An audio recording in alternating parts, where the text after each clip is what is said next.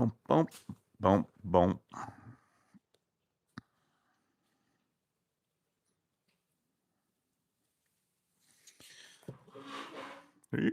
Squeaky. I think I probably got to move over some.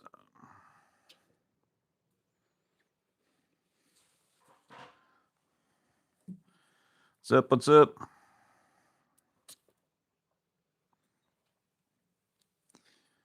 Change my settings.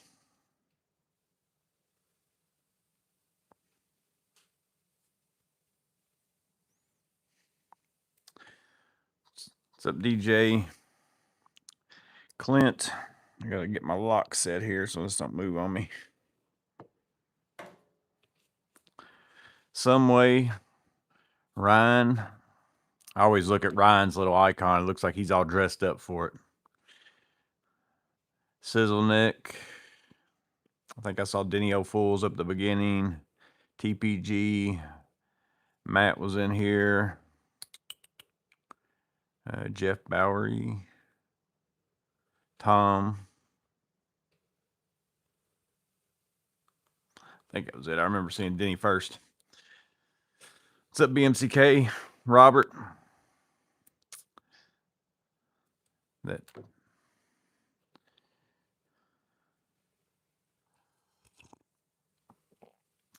I'm doing good, DJ.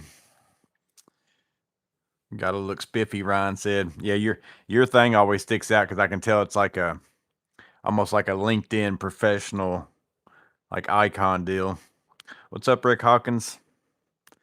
Danny from West Palm Beach, Florida.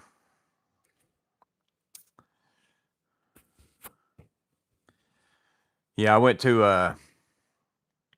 the dentist, or it wasn't really a dentist. It was an oral surgeon today. I went to a dentist a little while back. Probably remember y'all. I don't know if I guess I talked to y'all about it. I can't remember if I did or not, but I got 2 wisdom teeth left on this side over here, and she was saying I need to have one of them specifically looked at. So I was going thinking, great, I might have to get wisdom teeth taken out. That's going to be a lot of fun at my age. But shockingly, the oral surgeon was like, nah, I wouldn't take those out. He said, you're fine. I was like, I couldn't believe that. That's first. I thought for sure it wouldn't even matter if it wasn't anything causing me an issue. They'd still want to take them out. What's up, John, the Beagle Dad from Fort Myers, Florida? Another Florida. Can't wait to find out about the hate. It amazes me that it picked up a car. Oh, y'all talking about weather from somewhere. Somebody I think had some tornadoes.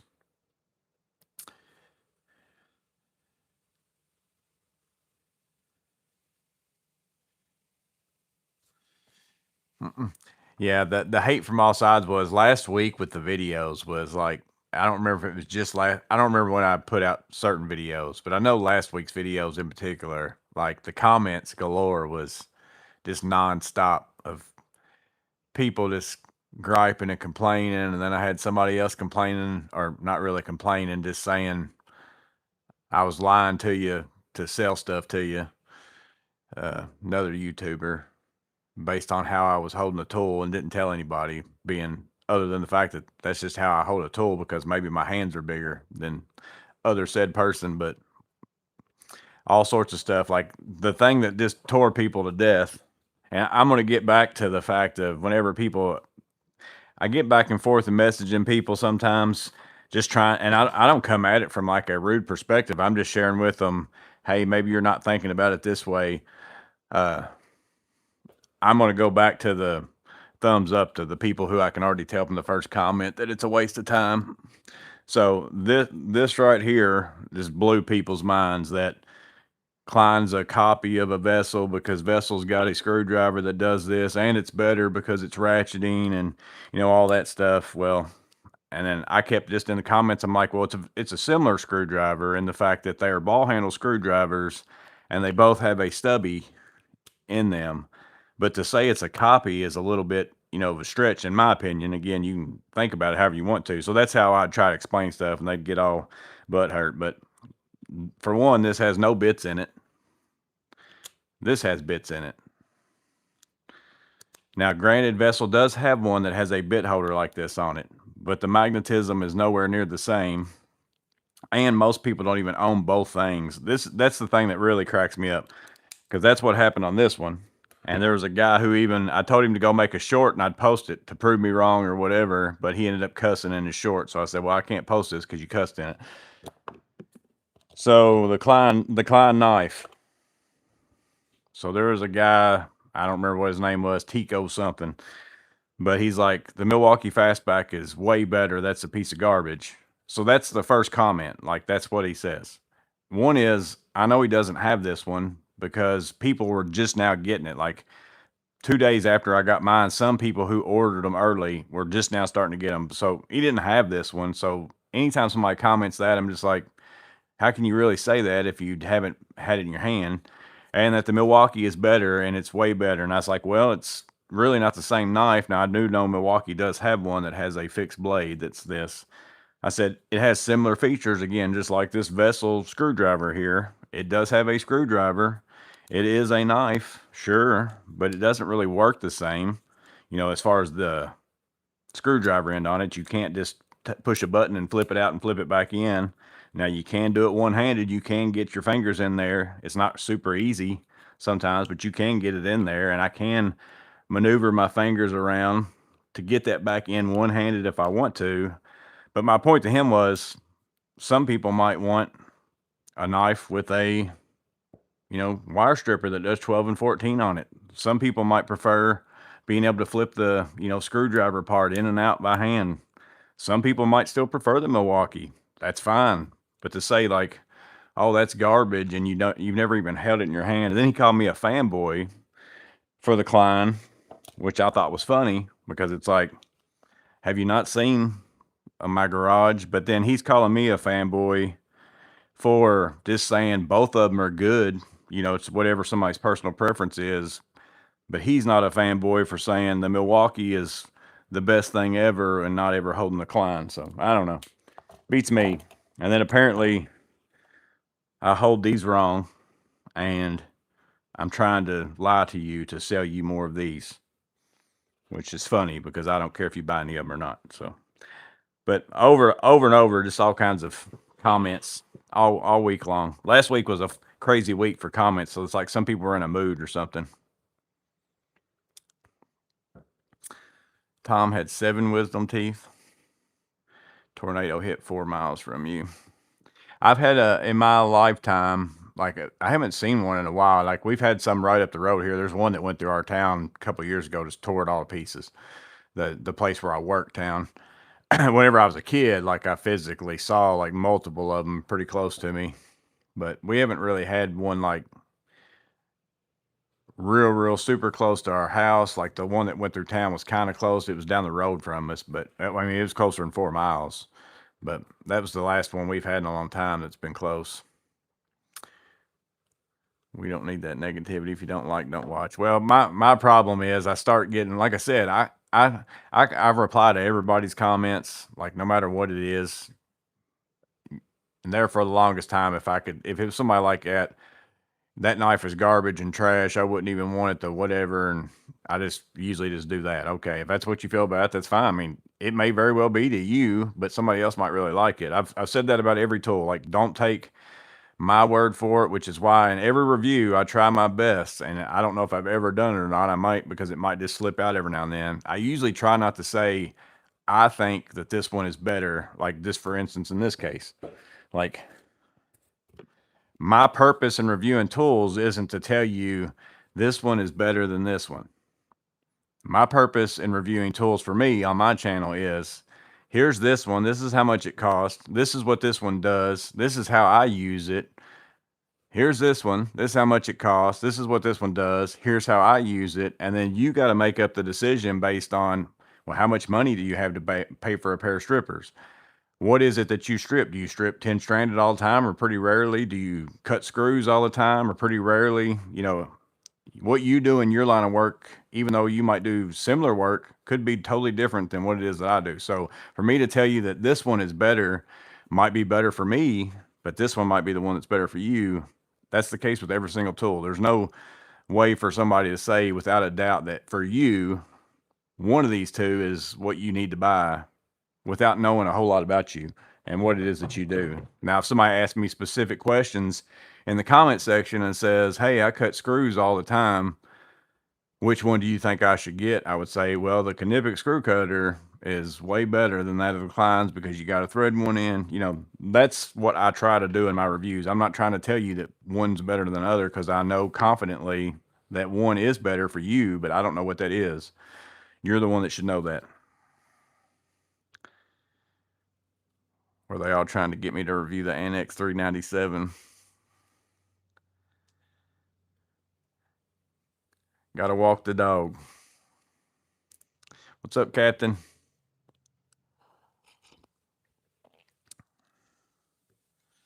I don't like Milwaukee's fixed blade knife. The blade would not stay sharp. Yeah, and I'm more of a utility knife person. That's just like in that video of the Klein. I said specifically, I hope they come. I mean, I will use this, but I'm still probably going to use one of these more often in my work life because I don't have time to sit around and sharpen a blade while I'm working. It's a whole lot faster for me to change blades out. Now, if Klein comes out with one with these same features that has this on it, that would probably end up maybe swaying me one way or another. But it just depends on what it is you're doing with it. Are you looking for it as an everyday carry, put in your pocket knife, and you're just wearing it and you're going to use it like cutting string off something, opening a package, you know, or are you actually like using it as your daily knife where you're cutting stuff all the time like crazy? That makes a difference.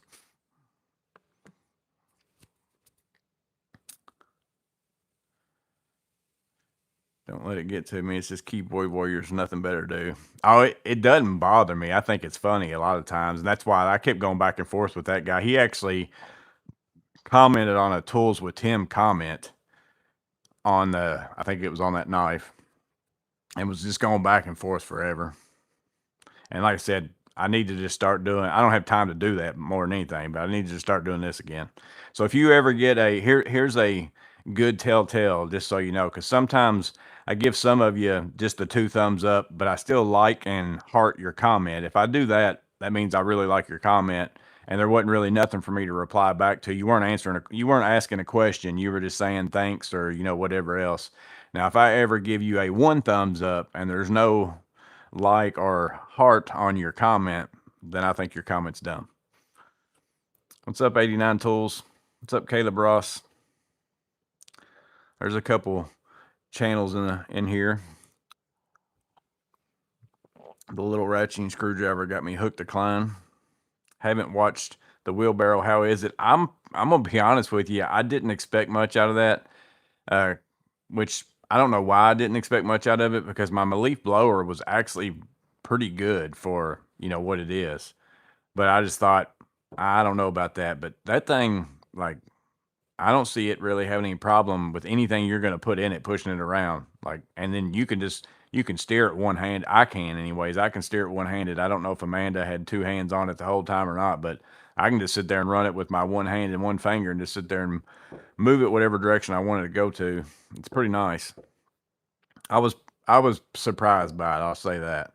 And I put the 2 5-amp hour batteries in there, ran it around for quite a while, didn't even drop any bars on my battery. So, I mean, I don't know how I think it said 2 to 4 hours is what the spec said as far as runtime on it, but I don't know if that's just solid 2 to 4, and then it probably depends on what kind of weight you've got in it, and then how much are you going up and down a slopey hill, or, you know, all that kind of stuff.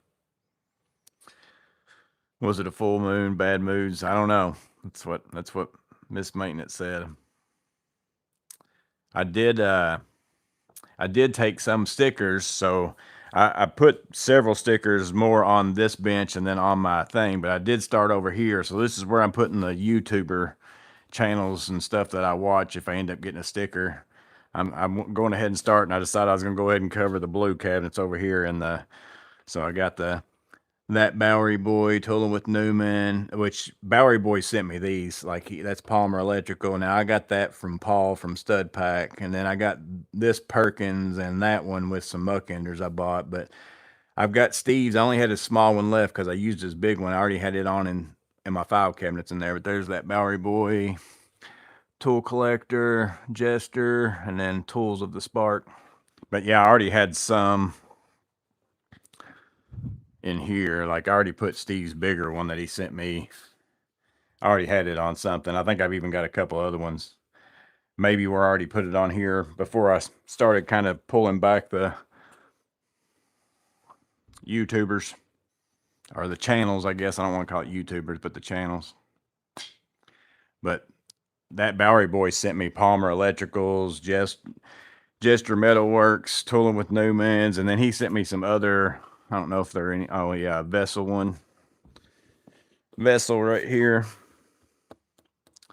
There was some other one too, I don't remember what it was. Oh, Malco. And then several Atlas ones. But they were like a channel that was also Atlas 46 or something too. Yeah, and I got out the curved handle ones because I said in that video, because again, the thing was apparently they say I move my hands up like this, but it's like my hands are big and I always hold my pliers like that. I even hold my Knipex ones like that. Like I put my finger up here for whatever reason. I don't know why I do it, but that's what I do. I've used them that way the whole time I've had them, no problems. But here's the curb pair that I mentioned that I had in the video, which is why I didn't buy the curb pair of these. I don't like it. Like it's, again, that's a personal preference. Somebody else can say, I love the curved ones. You're crazy. The straight ones are garbage. And that's fine for you. Again, we don't all have to like the same stuff. Everybody's different. Everybody's hand size is different.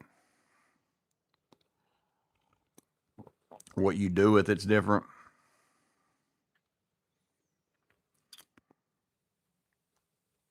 Caleb, I used to reply to every comment as well, but it gets to be too much sometimes.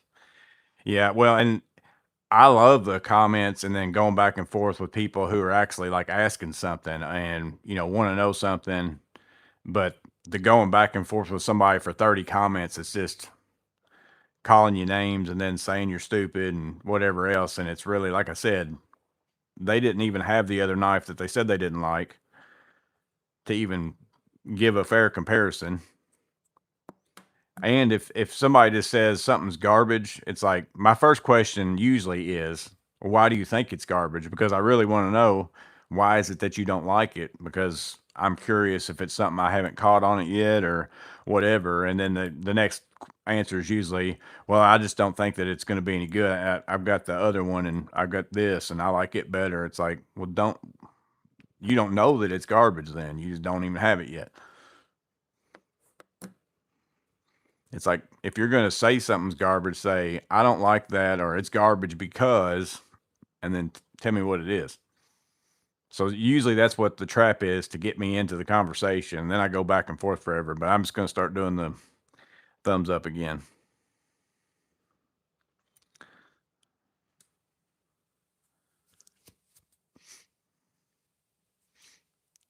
I like the blue one better. I might be behind on the chat. You might be talking about this one. I don't know. I might be super far behind. Danny said, I do RV maintenance and repairs and I use different tools. Yeah, again, and a tool that you love using might be a tool that, you know, somebody that does just electrical, they might say, I hate this thing. It's a piece of crap and I'd rather have this. And it's like, well, you do something different than Danny does. That's why I always tell everybody, it's like, watch all the reviews you want to and listen to people and how they use them. And then you have to make up your own mind based on what they say. And they show you is how would that work with what it is I do. Like, don't let somebody try to convince you something like based on them because they don't do what you do.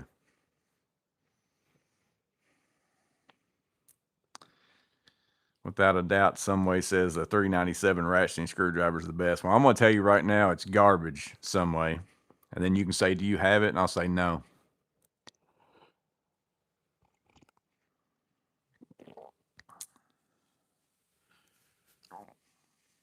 I have learned that picking tools are as individual as the customer buying them. Yeah, 100%. So many choices is boggling the mind. I do like Milwaukee for my power tools, but they're overpriced. I'm open to other brands. And again, I mostly run Milwaukee. Like probably 85% of my power tools are Milwaukee. And that's solely because they perform well for me and I'm in that battery platform. But I don't think other tools are garbage. I just don't buy them because I'm not in. I've got a bunch of Milwaukee batteries. I got a whole drawer here full of Milwaukee batteries that I can use in those tools. So that's why I buy those tools. But I've also got some Metabo tools. I've ran DeWalt, I've ran Bosch, um, and they all will get my job done. Now, one might be have one better feature than another one or whatever else it is, or one might be lighter or one might be a little more compact. That might make a difference to somebody, but unless it's a significant difference, like that's the reason why I bought some tools, was because either the price was significant based on how much I'm going to use it. If it's a tool I'm not going to use very much and I can get this brand's like way cheaper, then I might convince myself to buy that. Like I might buy, I've got a Ryobi transfer pump. I don't use a transfer pump very often. I didn't want to spend the money on Milwaukee's transfer pump. I already had a adapter to go from Milwaukee batteries to Ryobi. I've got some Ryobi stuff with some Ryobi batteries, so I bought a Ryobi transfer pump because in that situation, the Ryobi was the better fit for me based on price and how much I was going to use it. Now, that's not me saying the Ryobi's the better transfer pump than Milwaukee. It was just a better decision, for me at that particular time.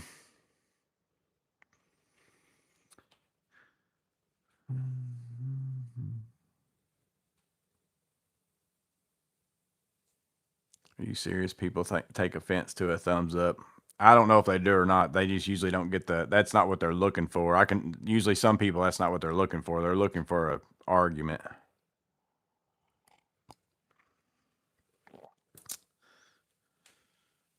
James said, let me check my comments. A wheelbarrow could really help someone with physical limitations. Well, I wasn't joking at the end of it. Whenever I first got it, I was looking at it, and we use stuff like this. We've got like a Gorilla cart that's like that. I've got a little cart that we hook onto the back of our lawnmower sometimes, and I drive around and pick up like sticks and stuff like that. Of course, I've got a skid steer that if I'm doing something major, I'm gonna drive it around and throw stuff in it and drive it and dump it. But that also, there's times where either my yard is wet and I don't want to drive my skid steer around because it really ruts up the yard pretty good, or if I'm just gonna do something small, I don't want to like one load in that cart. I don't want to go back there and start that up and back it out and drive it to wherever just to dump one little thing. So that would be kind of what that would be used for me. But as soon as I got it, I was like, man, a person could really just take this plastic thing off the top and you could make yourself like put a toolbox on it, or, make yourself a crazy awesome like pack out rolling cart, mob box rolling cart that you just drive around basically.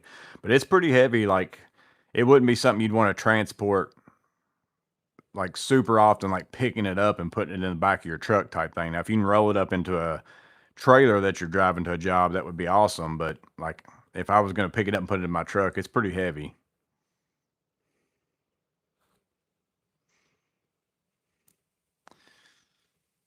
Yeah, so 89 Tools, she's got a channel. If you haven't checked it out, I've been watching. She gets a lot of Harbor Freight stuff. I got stickers for my channel. If anyone wants some, she's got some too. Yeah, and if I've got stickers too. If anybody ever wants any stickers, I haven't really announced in a long time. I don't think I've got any up here with me. Like if you just email me what needs to be on the envelope, like I'll mail them to you, like exactly in the same, like how I would write it on the envelope. If you email me that, I'll send you stickers.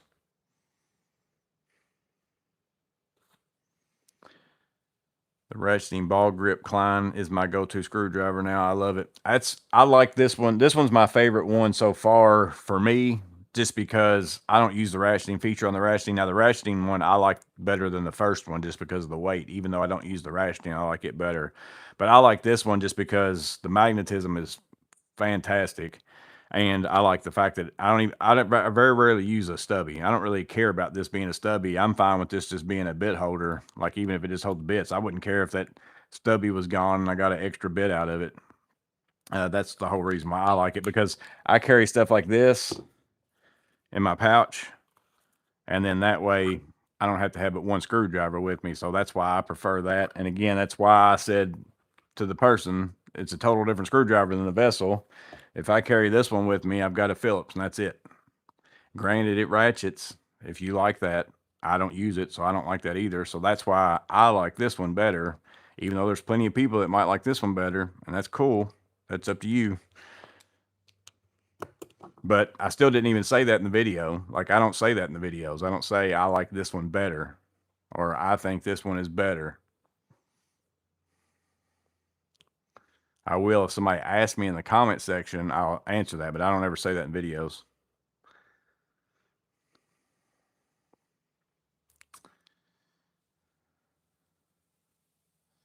The review helped me with learning what is new out there, because since I was a kid, things have changed. Yeah, that's another thing, John, is that there's several people, and again, I get it. You hear the word review, and some people just assume that means you're telling me how this has lasted over, like, you've used it and you're giving me your thoughts on it and all that kind of stuff. And I get it. That's really probably what a review is. Now, I put tool review on my little thumbnail and I say it's a review, but to me, getting a tool out of the package and telling you what it does and all, and the price of it and all that kind of stuff, I mean, it's still giving you information. That's the whole purpose of a review. Because there's some people who comment all the time and say, I'm so sick of seeing all these new tools and you get them out of the package and you haven't even used them yet, and why would you even, put it on here for? It's like, well, because I would have to go to the store if I didn't see a video and look at it in the package and be like, oh, I wonder if that's like how that comes off, or I wonder, you know, what that looks like whenever you're actually turning the knob on it or whatever else. So then you got to buy it and find that out, versus, or somebody, you can go on YouTube and somebody else has already spent their money and they're taking a look at, or somebody sent it to them or whatever, and they're giving you a glimpse of it out of that package. So that, again, you can make the decision, is this something, I want to go put my money into? So I see that as a review too. Some people don't.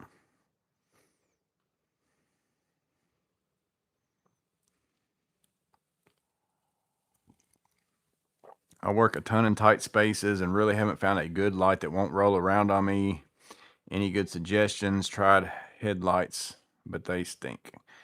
I use multitudes of lights. My M18 Rover light is the one I use the most, but it's probably not so much a tight space. I don't know what you're considering a tight space, but it's, that's the one I use the most because I can get that light anywhere I want to. Now, the little Klein folding light, it's in my truck. It's pretty flat. And now the Milwaukee one that's just like it, a lot of people in here like it. I never bought it, so I have no idea. But you can get it in some flat spaces. Again, I don't know what you mean by tight. If you need something small, like, size of something like this, or because like the M12 Rover light, the old one's a lot smaller. It's pretty good, and it depends on if you're looking for that size and what battery platform you're in. But I like the flashlights. Like I've been running the Arc or the Nitecore EDC09, but it's very similar to this. Like, I like smaller lights that have this on it that let you get lights in a lot more places, like the Flex Head. More and more people have got that on their lights too. The little Woobin G5s, little Olight O clips. Those are the smaller-ish versions.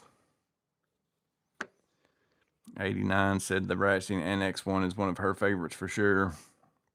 Oh, Someway's gonna love that.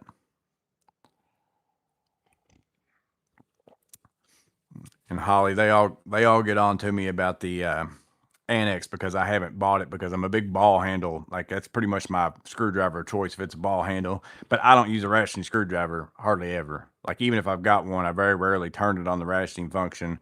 And I think it's because I mostly deal with machine screws, like metal boxes, and half the time it just doesn't catch. Like, so you're sitting there having to fidget back and forth between fixed, and then whenever I do that, I never swap it back. I just leave it on fixed. So I just get to where I don't mess with it.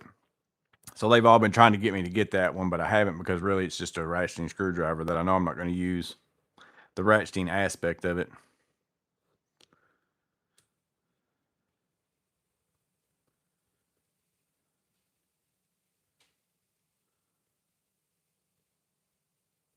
Unfortunately, BMCK said it's a I'm right all the time world in a lot of people's minds. That's what it all mostly boils down to is, and it's that way even when even when you're working on job sites, you've worked around people with that mentality of the way that I do it is the way to do it, and it doesn't matter what anybody else says. I'm I've been doing this for X amount of years, so that means that I know what I'm doing more than you. And I'll tell you right now, I've been working in factories, construction, and everything since I was 18, years old.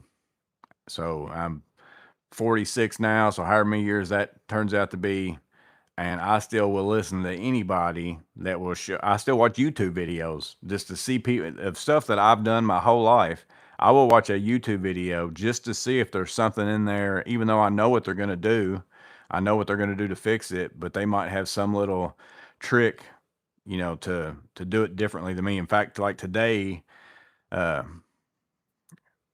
Plumbing with Keys sent me an Instagram reel of a guy using a chalk box on a deck, and he was chalking lines for like where to put his screws so they'd be in a straight line.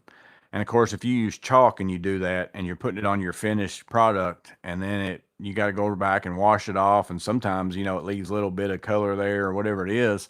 Well, this guy has a chalk box that he sits there and pours water out of a water bottle into. That's all he uses it for, and he snaps a line with a wet chalk line, and you can see that straight line like a wet line, and then he goes and puts his screws in, and boom, that's so like just like that right there. That's something I would have never thought to do, but it's actually pretty genius, to do that. You can always learn something from everybody. Like anytime somebody thinks that they're the one who knows best all the time, that's somebody who's really, it's a lack of humility for one.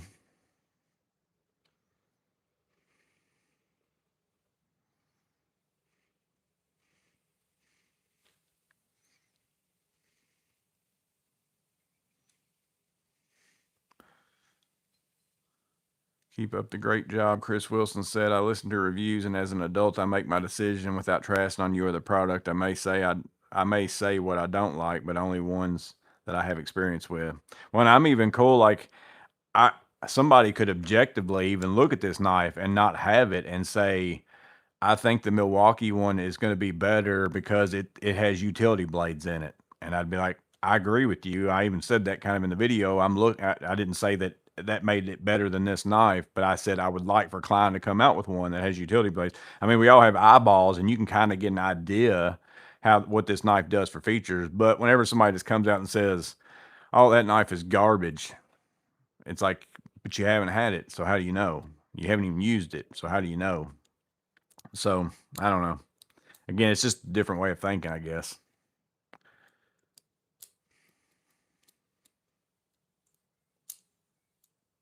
Two thumbs up is the worst, Clint said. Well, see, I hate I try to actually say something on all of them, but then it's getting to where like, of course, the bigger you get, the more comments there are. Like it's like a full time job answering comments almost sometimes. Certain days, especially like the day you put a video out, it's like that whole day is like nonstop. And so if somebody asks something, I always make sure and answer it. But sometimes I know some of you, and I appreciate it because y'all are doing it to help out the algorithm and all that kind of stuff. Like Kaiwi gives me a thumbs up every single video. Danny will say, thanks for sharing every single video. And I know y'all are doing that, to say it, but then also to help me out. So usually I give the thumbs up back on that kind of stuff because I know y'all aren't really looking for me to say something to you every single time. John said, I'm old school. I used to build Lionel train layouts, scenery, and control panel with my late father. It's where I learned how to use the older tools.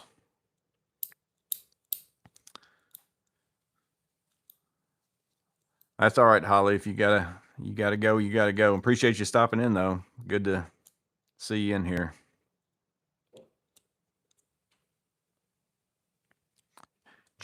Holly, did you ever get you an air conditioner or something to help cool you off in your garage?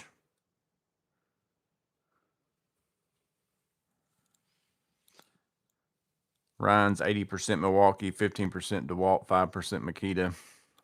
Most of the time, whenever I bought another brand tool, it's not been because I I thought that it was gonna perform better than Milwaukee. Or that I thought it would be like the Milwaukee version was better and I just didn't want to buy it type of thing. It's usually been because of I got a deal. Like there's certain things that I've got a deal on, like my Metabo 15 gauge nailer, or let's see, now my Metabo's a 16 gauge. I got it for free. It was broke, and he gave it to me to fix, and I fixed it, and it's mine now. So, and then I bought a narrow crown stapler because I already had the 15 gauge or 16 gauge and batteries and stuff. And I thought, well, I've already got that. And Bose had a deal on the crown stapler. So I bought it. It's not that I wouldn't have preferred to have the Milwaukee just because it's easier for me in my truck to not carry 15 different batteries with me and chargers and all that kind of stuff. But sometimes if I can get a nail gun for $100 and the Milwaukee version is like, $379, that's a no brainer to me.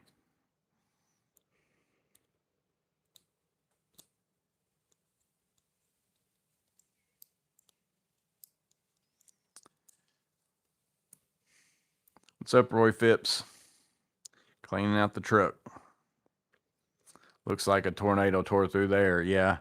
I cleaned mine out. Finally got done with that drop ceiling job, which actually we still got to go back and put like the whole ceiling tiles in, but we got all the grid done, all the borders in and all that kind of stuff. But we got to wait for the electricians and HVAC guys and the sprinkler guys and all that to get all their stuff done before we go put the main ceiling and the insulation in, which I'm sure they'll tear up some of the grid. We'll have to fix some of that.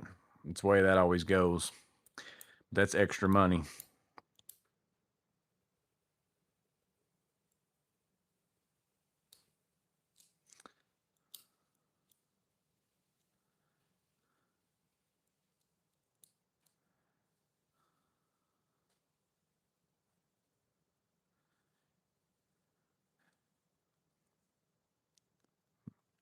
I'm checking to see how far in the weeds I am because y'all are just now getting into that's how I review tools. That was quite a while ago. So let me see what we got. Can you talk more about the Milwaukee battery converter to Ryobi? So you can pretty much get about any. It's just a pretty much any conversion that you want out there. I'm trying to see if I got one here close to me. Like I've got one that goes from Milwaukee batteries to DeWalt tools. I've got one that from Milwaukee batteries to Bosch tools. I've actually got two of them to the DeWalt one because I keep one in my Grabo and I keep one in my oscillating tool. And it's just a 3D printed thing. Although some of them nowadays don't really look like they're 3D printed, but you can get them on Amazon, eBay. They've got one for just about any battery combination that you're looking for. And most of the ones that actually work for DeWalt, they usually work for Milwaukee too. Like Milwaukee and DeWalt's setup are pretty similar with one another on the way the batteries hook in. Some of them do, some of them don't.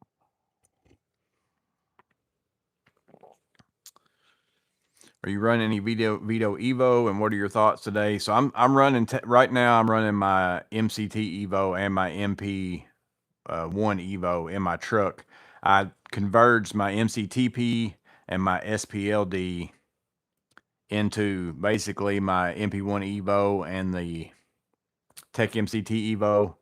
So I'm running in my truck. Basically, these are the main pouches I'm running. I'm running my MP1 Evo, my MCT Evo bag and pouch combo. Then I'm running my MP2X still with the same tools I've always had in it. And that's pretty much my electrical pouch for the most part. And then I'm running this Atlas. That's what I've been running these Klein strippers in it to try those out over the forged wire strippers. I've been running this whenever I'm doing electrical, more so service work where I'm going in and needing a meter.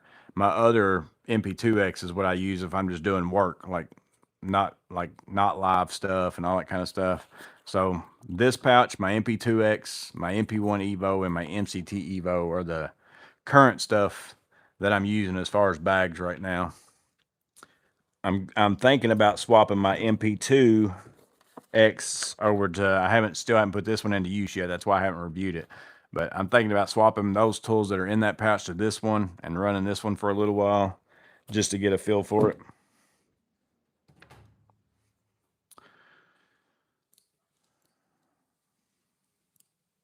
Well, to quit hurting people's sensitive feelings, title videos, unboxing, and first impressions. Well, sometimes I used to put that on my thumbnails because of that.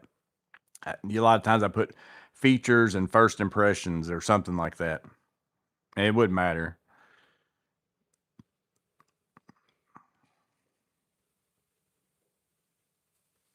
Roy Phipps said long-term reviews are cool, but at first look, yeah, it's like if we all waited around and didn't review any new stuff for a year while we used it or whatever, nobody ever reviewed it, then how many of you are going to wait a year to be like, I really would want to buy that, but I'd like to see what somebody else's opinion on it is first, or whatever. I'd like to see it out of the package. It's like, no, you're just gonna have to go buy it without seeing it out of the package.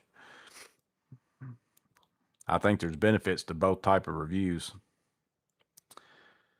Don Shop, I seen the video where he's upset like you're trying to sell the tool. I like your reviews. Sounds like he's a crybaby. Yeah, I've always said I could care less if somebody at the end of my video says I'm going to go buy this or I'm not going to go buy it. I hope I helped you make that decision, like somehow, some way. But there you go, some way. But I also, it doesn't bother me. Like if you say, I wouldn't buy that, or I'm going to go buy it. It doesn't like get me all pumped up that, oh, I talked you into buying it or something like that. I do hope that whatever I review helps you make that decision, but it doesn't matter to me what decision you end up making ultimately. And it doesn't matter to me if people use affiliate links or not. If you want to help me buy more tools that I can review and stuff like that, then you can click those links that cost you nothing. Or if you don't want to click it, you don't have to either. It's whatever you want to do. It's an option. Nobody's forcing you to.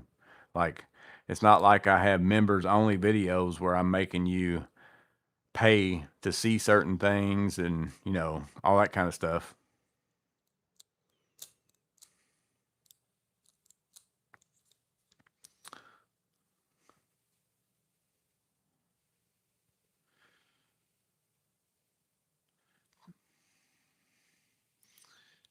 I've used ratcheting screwdrivers in my desktop computer support days.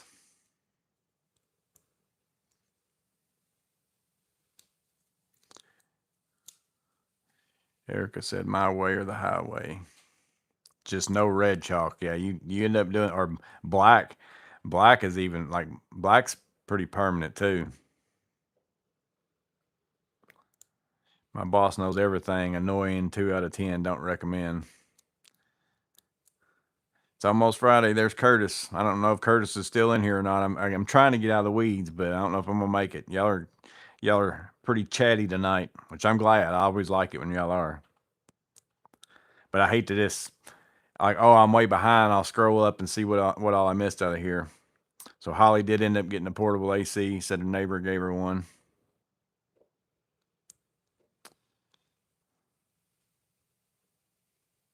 Too bad tool companies can't standardize the batteries across brands. Yeah, it'd be nice if like every tool worked with any battery, which there was and they kept trying to get me to try them. Was it CEER or something like that? Some kind of battery brand. But ultimately, I think still they basically sold you adapters that just worked with their batteries. I think. I don't hold me to that. I don't know. I'm trying to remember. They asked me about trying them out multiple times, and it just wasn't something I was interested in.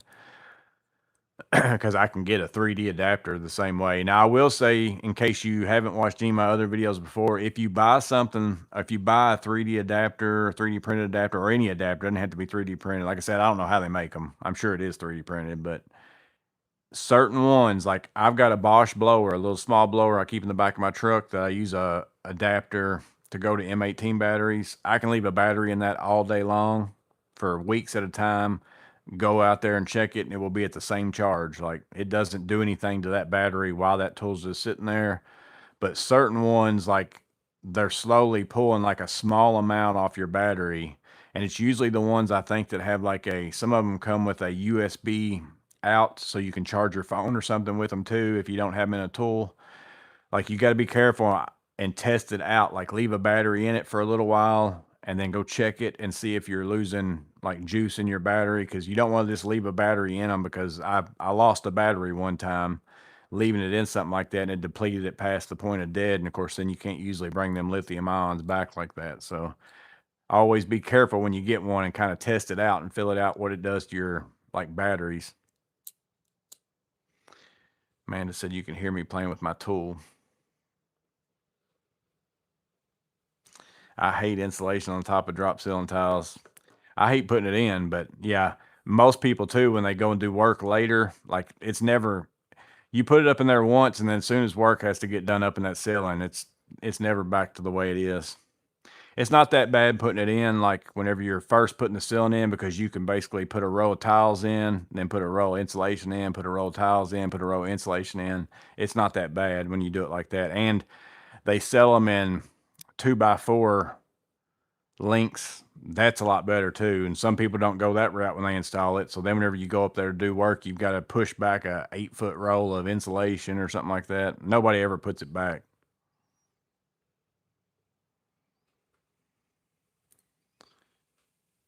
Abraham's seen videos of new flex tools coming out. If I buy a power tool that isn't Milwaukee, it would be a full-size impactor, full-size drill from Flex.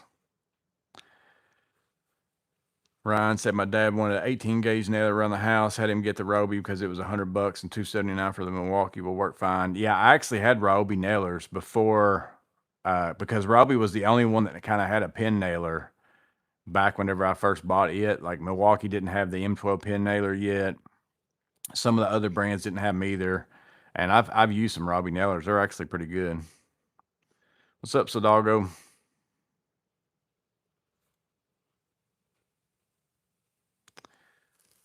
Is there a difference between the Klein fold-out table and the DeWalt table? I haven't had the Klein one, but I know the Klein has the like Modbox rails on the side of it, I think. So like if you had other Modbox stuff like a speaker or any of that kind of stuff that has the little clips on it, like I've got the speaker over here. You could clip like this. I'm on a level. You could clip like any of the stuff that has like this kind of stuff on it. I don't know that level sitting there. That's the only difference that I know of. There might be like as far as function wise, now there might be a like weight limit difference and all that. I have no idea. I don't have it. I do like those kind of tables though. They're pretty handy. In fact, I just took one of mine to that job for the ceiling tiles. It's nice to stick a box of ceiling tiles on that table and then, cut them while you're doing borders and stuff. Alex said, do y'all carry all your fasteners along with you? I work commercial, run a lot of MC on ladders in the ceiling. The most efficient way I can only see is a tool belt. Yeah, I normally carry like the Holstery Joey pouches and stuff is what I don't carry. Like I like doing it that way. That way I can just put one thing in each pouch and I'm not having to like fill around in different pouches and stuff. And then on my vest, my job site vest, I can put tons of pouches all over it, all over the place. And then that's how I normally run mine, is just in individual pouches. But again, that's just my choice.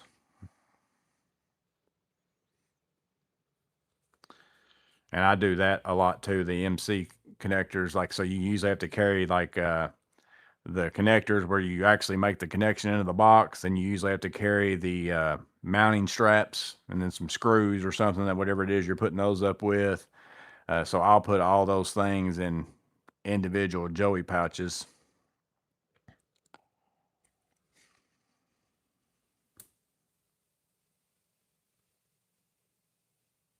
Which TPG just said.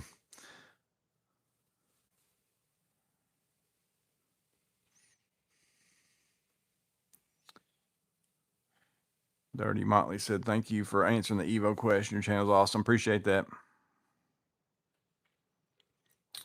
Rigid, Milwaukee, Ryobi are all the same. Chevron. Oh, yeah. I saw where Someway said there's only like a few tool brands. See ya, Holly. You're probably already gone, but I'm just reading your comment where you said you're going to head out.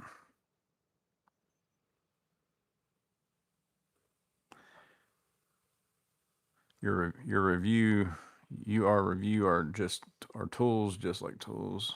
I would use the affiliate link.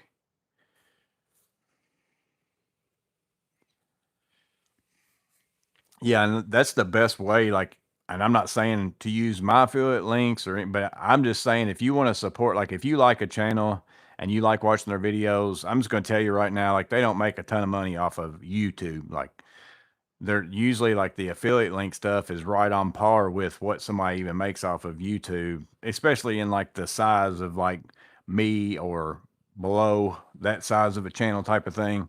So like anytime you're going to buy anything, even it doesn't even have to be that specific thing. Like if you're going to buy something on Amazon or you're going to buy something at Lowe's or whatever, if you'll click a link in the shop button or in the Amazon store or do whatever, and then you go buy whatever, that's going to help them out more than anything. So a lot of times, like if I'm going to go buy something on Amazon, I'll go over to like, Steve's Wood Shop and Tour Reviews or Project Pine Hills or some channel that I watch a lot. Like, and I split it up kind of just to be whatever. I'll go click on something of theirs and go buy something, just because it doesn't cost me anything and it takes me 5 seconds.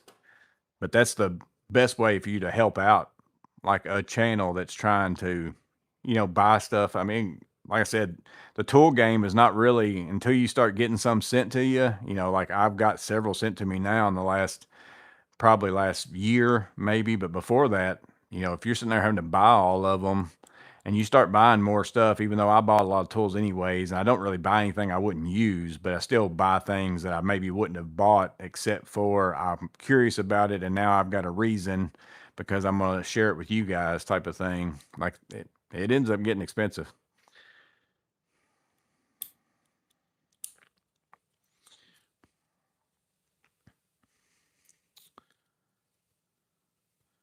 I looked for the new Fat Max, hasn't hit the shelves yet. Looked at my Home Depot, Don said. I had to order mine at homedepot.com. I did find like the 25 footers. I think those were on Amazon, but apparently it's actually been out for a little while, Don. I didn't know that. Like I just came across it. I was scrolling through something and I came across somebody using it, showing how he was hanging it on stuff like with it extended out. And I saw it and I thought that looks a lot like my Irwin tape measures that I can't find anymore. So I started searching for it and Home Depot had it, but I had to order it and like ship it to my house, or I might could have shipped it to the store, but I think I shipped it to my house. But apparently it's actually been out for a little while. Danny said I used to be a big DeWalt fan, but recently purchased and tore apart one. It's mostly plastic. Gave the M12 fuel a finger with the finger guard, the shake test, and it's solid. Got it and super happy. I ran DeWalt back in the 18 volt like line. I never got in. I did buy some 20 volt stuff at the place where I worked before. We ran DeWalt tools. But after my 18 volt stuff quit working, my personal stuff, that's whenever I went to Bosch and started trying them out. And had Bosch like had more tool options here in my area, I didn't really have any complaints with them. It's just all their specialty tools. Like I can go to Lowe's and buy a Sawzall. I can go to Lowe's and buy a circular saw and a drill and an impact. And that's pretty much, maybe a sander or something like that. But you're not going to get some of those specialty tools that Bosch actually offers, but you just can't get them where I live. So whenever I started looking into more stuff, that's when I got into the M12 line because I didn't really need a lot of power. I'm more interested in the compact size of stuff.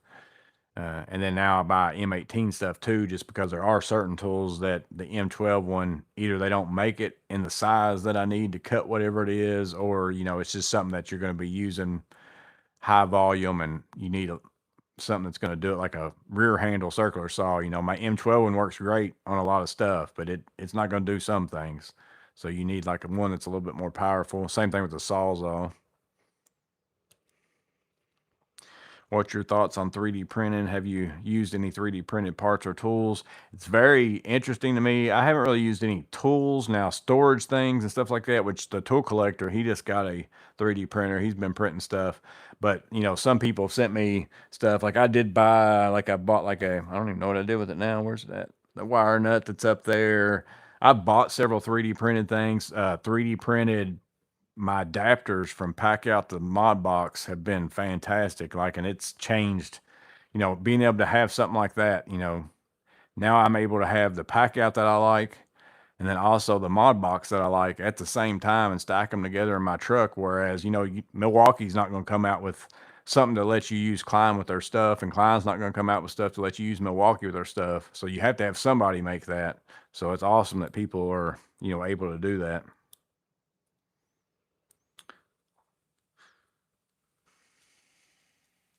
Clint bought the Hyper Tough 1/4 inch impact for 45 bucks. Ooh, I'm scrolling up and it's not going any farther. I'm getting caught up. Flex and Greenworks seem to be killing it with the new power tools. Greenworks is putting USB-C ports on their batteries, and you can charge it or use it as a power bank. So Greenworks is that at Walmart? I want to say I went in Walmart the other day to see if I could find some more super slick stuff. And now that you say that, I think I saw it in there. I think I saw Greenworks in there.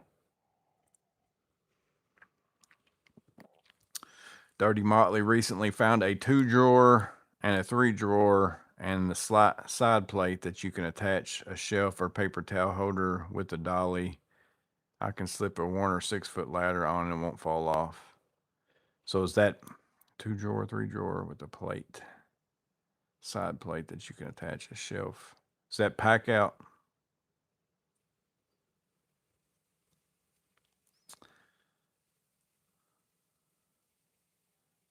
Clint needs 3 more printers to efficiently print what he wants.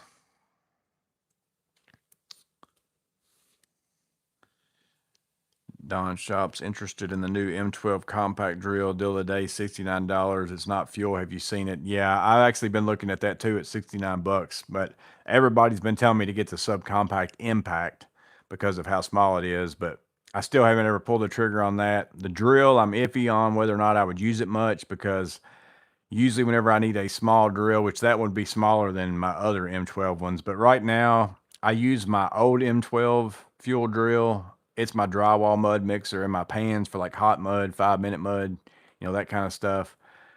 And then my other one, occasionally I will get it out and just set it up like if I'm doing pocket holes with my Kreg jig or something like that. Just that way I've got the drill bit in that and I just use it. Or every now and then if I'm going into some kind of concrete surface that I think is going to blow out real bad, I'll do the hammer drill on the M12 drill, and it seems like it works out a little bit better for me instead of using my rotary hammer.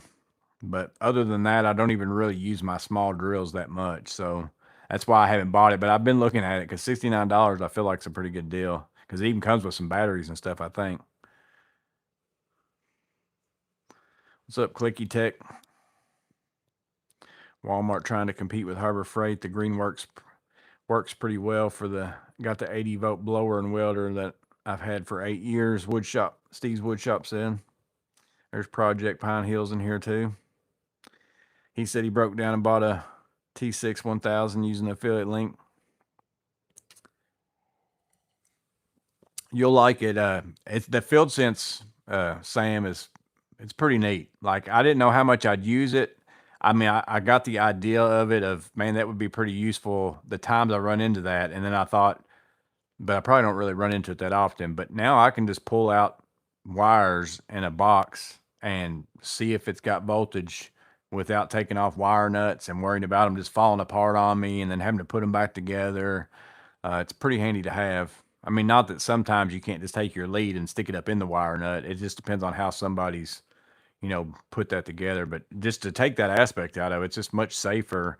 But more than anything, it's a time saver, and just a lot less, oh, I hope this don't come apart on me while you're twisting a wire nut off and all that kind of stuff.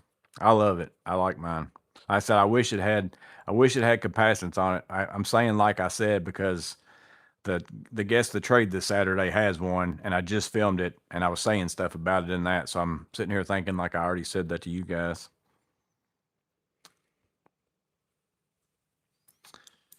The pack out wall mount stuff you have on the wall behind you, did you just screw them to the wall or buy an aftermarket mount? I just got screws. I just drilled some holes and screwed them to the wall.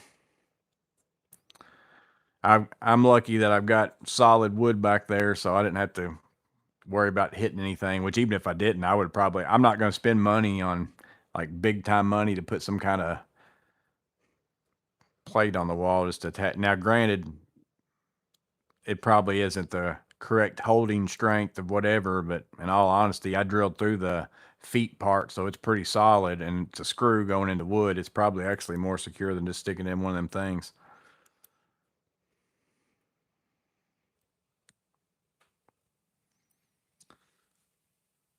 Matt told me about the subcompact drill combo and 2 batteries and charger for $149. What's up, Wings and Pizza? 6 pans of mud.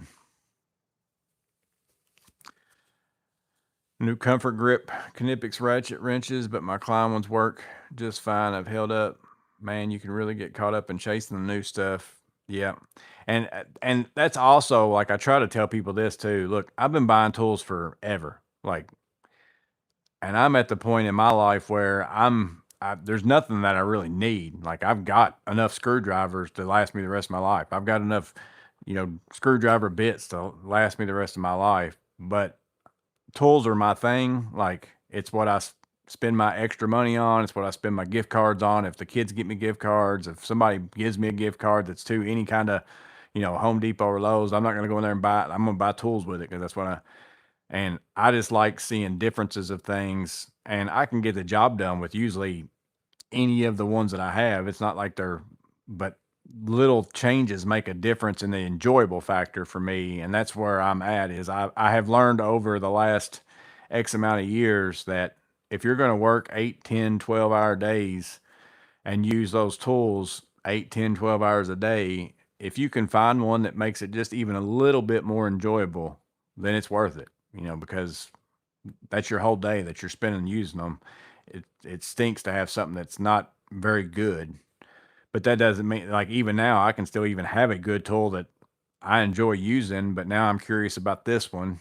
Will I enjoy that one as much? Maybe I'll enjoy it more. Maybe I'll enjoy it less after I use it for a little while, but I won't know unless I try it, type of thing. But yeah, you can definitely keep seeing the new tools coming out and start chasing them and end up with like a ton. You know who thinks using field sense is stupid and dangerous? I can imagine.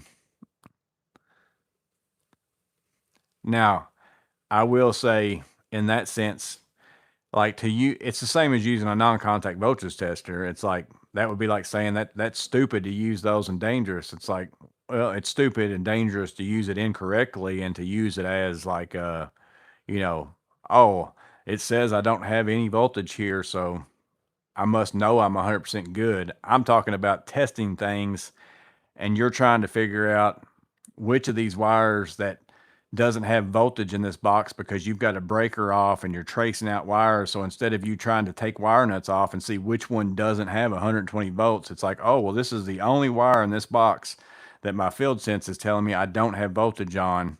I don't even have to take these wire nuts off. I'm pretty sure it's this one. But now, if you just use it the same way that somebody says not to use a non-contact voltage tester, then yeah, that you might would consider that a little bit dangerous. But again, it's all in how you're using it. You can use it smart and you can use it stupid.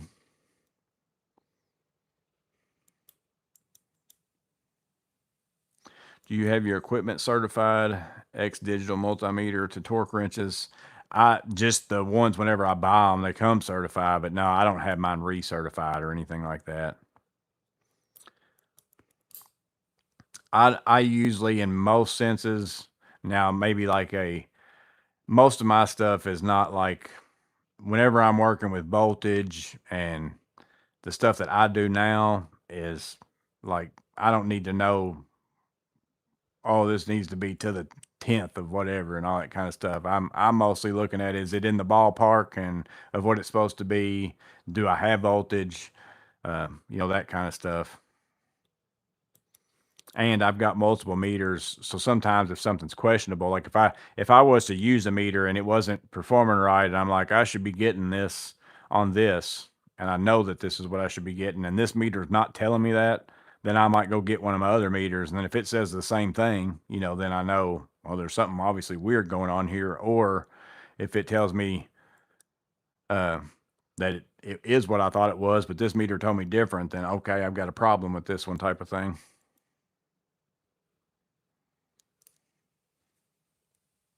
When I hear the door install guys using impact drivers, that's the sound of future work. And I can tell some way that every door builder, like company out there, they're using impacts to put almost every screw on a hinge is stripped out whenever you buy a new door. Like if you go and mess with the screws on the hinges into the jamb and all that, almost every one of them's almost already stripped out. 5 minute mud hurry. I've gotten pretty good with 5 minute mud over the course of time. I started out with I couldn't use much but 90 because I was scared to death. And then I finally worked myself up to 45. And then I started using 20 like I was something, I was like, oh man, the fact that I can even use 20-minute mud, I'm getting good at this. And then now I use 5 minutes for almost everything. Like I'll even mix up a whole pan of 5-minute mud and put it on walls and stuff now. It's just one of them things that it just takes a while. Like, and drywall was one of them things I didn't do a lot of early on in my career. Didn't like doing it at all. And now I do a ton of it. It seems like it's what I do all the time. I do a lot of framing, drywall, all that stuff in my current business, and I also did it, at the place where I was working. Don got the Craftsman deal today, 4-gallon shop vac, under 50. Print you a Thor hammer.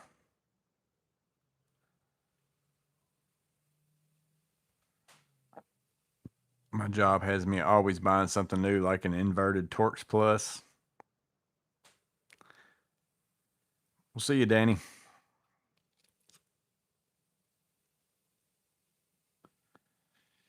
My cat's laying on my lap watching you on the TV. He will look back at me and meow, then look back at the TV. He knows what's up. Or she, maybe she. Oh, you said he, so.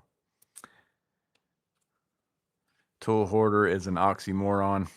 I saw a sign at Crackle Barrel just the other day that said it's not hoarding if your stuff is cool. So I'm not a tool hoarder because tools are cool.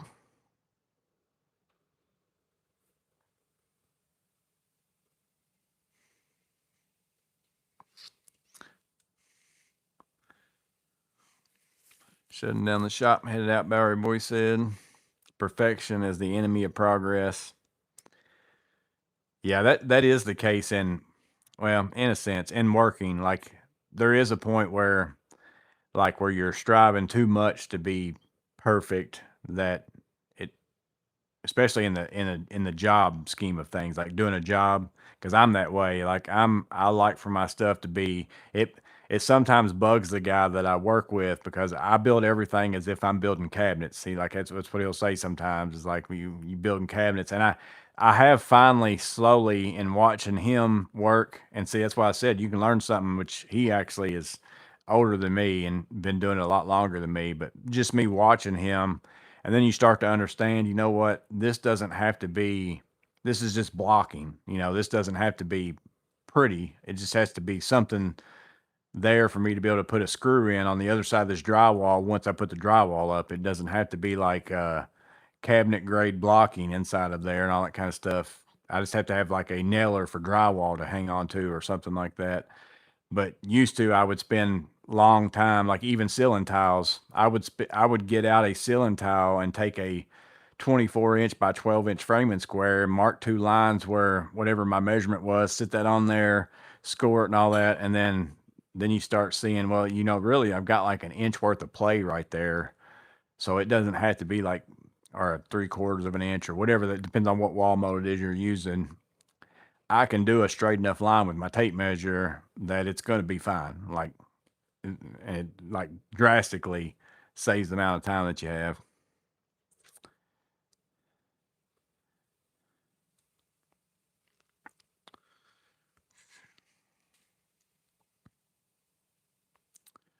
Shutting down. Let's see. I'd like to see Klein send you one of those nice carbon fiber hard hats. I don't really wear one much anymore. Now, whenever I was working commercial construction,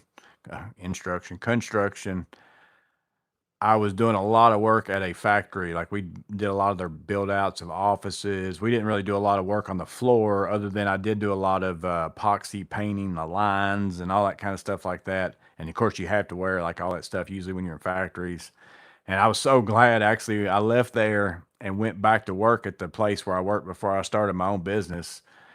And like, whenever I walked out of that factory, I took my high vis vest off.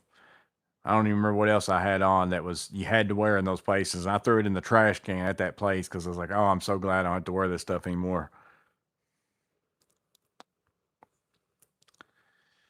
I'm trying to refrain from buying the Stars and Stripes Olight stuff. I've had the Art Pro and Baton 4 in and out of my cart for the last 2 days. Yeah, I've got a running wish list and all kinds of stuff that I look at all the time. And I'm just like, door installers must not own a regular screwdriver. Or even just if they used a a drill with the clutch setting on it, BMCK would be.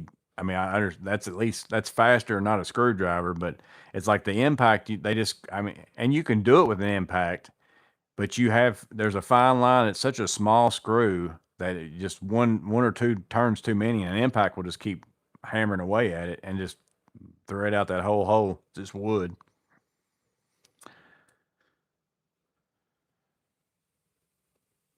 Clint's gonna get some more icon mats.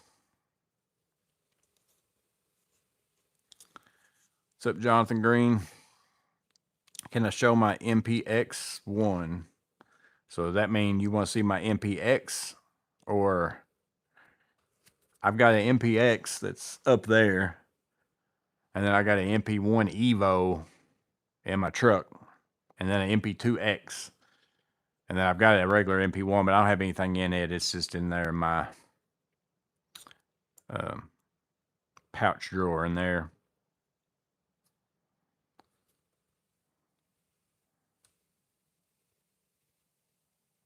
What DVM you running, and what do you recommend?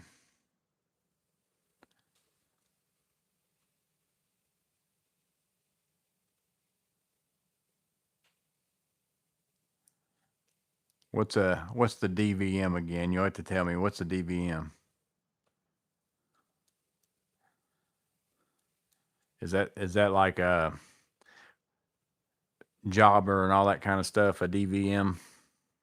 I forget what do they call a jobber and all that, or digital voltmeter? Oh, okay. In my mind, when you ask me that, it goes straight to that kind of stuff.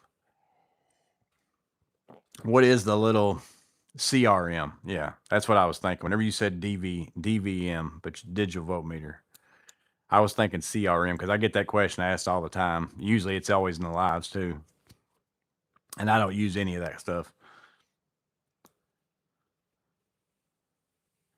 So as far as my meters, I use a T6 1000 Pro, and then I've also got a Fluke 324.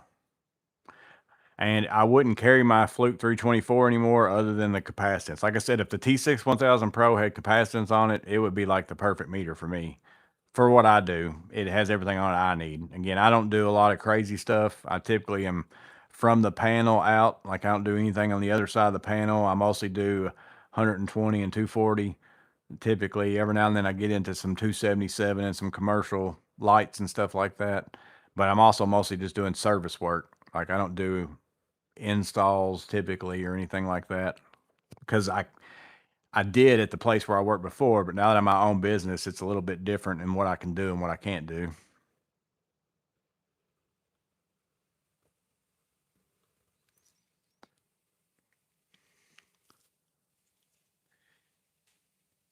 My cat is cool. He weighs about 25 pounds and just a great cat. If you said I would have had an indoor cat a year ago, I would have laughed, but he's been my best bud. Yeah, I like cats. We've had a cat for a long time. Of course, our cat that we had since my boys were like little, it passed away a few years ago. She was the one-eyed cat, like later on in some really old videos where somebody said, I mentioned at the end of the video because I hadn't made a video in a long time. It had been a few weeks because our cat passed away. We actually had to put it down, and I waited to the end of the video because most people don't watch to the end of the video. But I was like, to all the people who subscribe and ask and stuff, I was like, I was just letting y'all know that my cat had to have surgery, lost one of its eyeballs. Like we thought it was going to die. Seems like it's doing good, but it ended up dying. But somebody even commented on that and was like, nobody cares about your dang cat and whatever. And that's just how people are. I can't remember exactly how the wording was, but I brought it up on the video where me and Amanda talked about the trolls.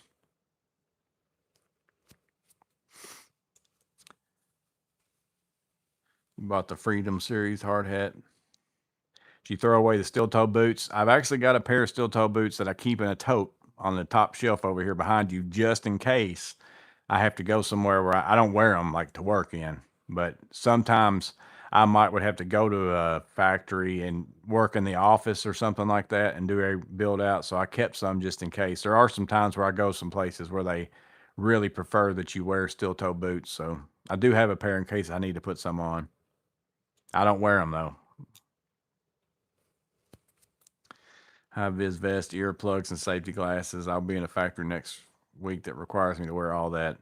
Yeah, so I grew up like from 18 till about, let's see, it was 2000 and I think 6. So 18 to 26, I worked in factories of different kinds, and one of them I had to wear fire retardant clothes, like I had to be in long sleeve fire retardant shirt, pants, steel toe boots that were the static whatever, so the sparks and all that, earplugs, safety glasses, respirator.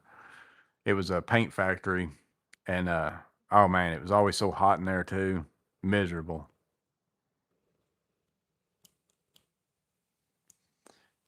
My DH Evo was just delivered. Was disappointed that the original DHX didn't work with the Evo docked. I went a little crazy with this year's promo.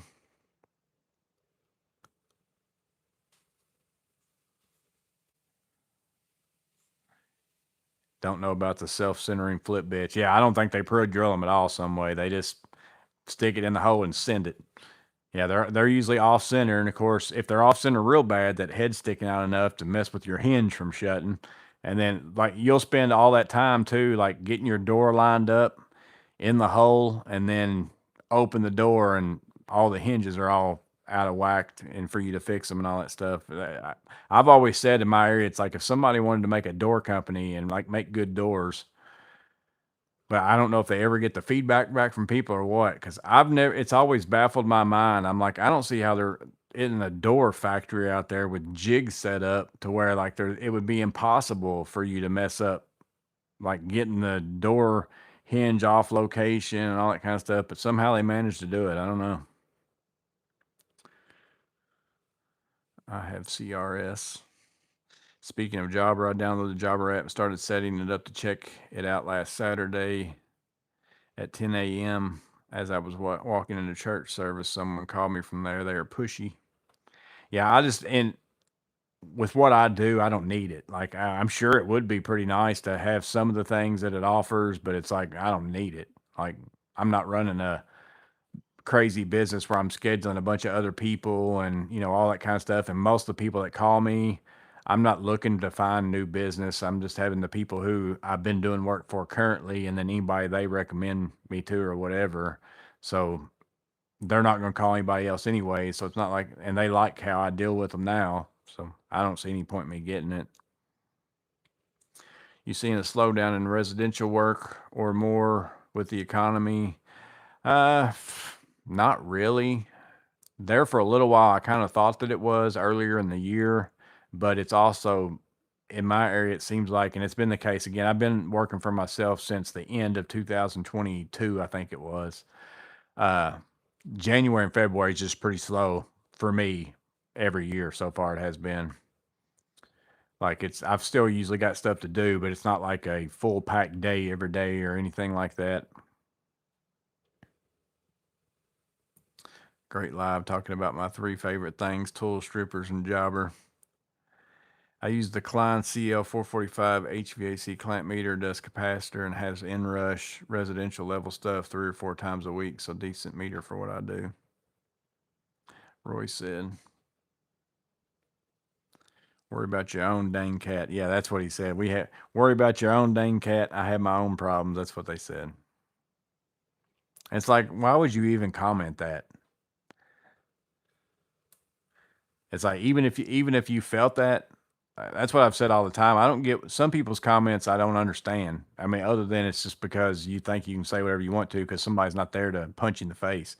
But it's like, even if I watch a video and I don't really get anything out of it, or I didn't like something about it, or whatever, it's like, or if maybe I didn't like the person's voice, like, because people have told me that too. Uh, I'm not going to get on there and comment and be like, you're fat and I don't like your voice. Like, just click off of it and go watch something else. It's like, why would you even comment that?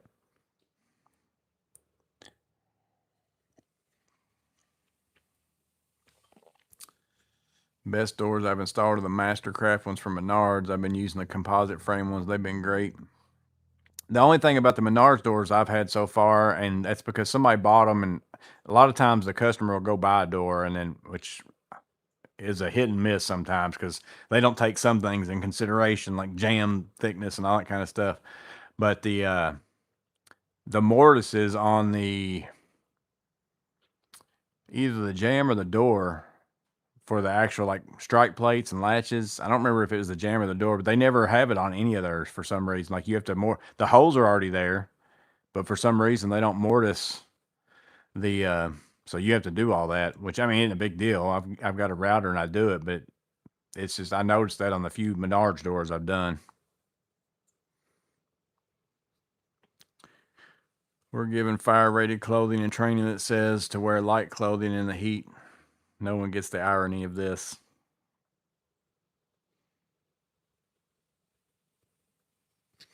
These days, the more manufacturers even mess up the mortises and the bores. Well, and that's part of it too. Some way is I think sometimes I don't know how they line up they've got their hinges out of whack because they've done whatever with the hinges, and then I think that messes up so once you fix everything and get it straight, or you do whatever to the jams to get them back the way they should be, then however it was that they put it into the machine to mortise for the latch and the strike and all that kind of stuff it was straight based on how they put the door in there crooked. But then now once you fix it, it's crooked and doesn't work out and you got to redo it and patch stuff. And it's just a pain. Every door I've done in the last 10 years, I've had to spend more time. It's never been hey, just stick it in there and then boom, it's good.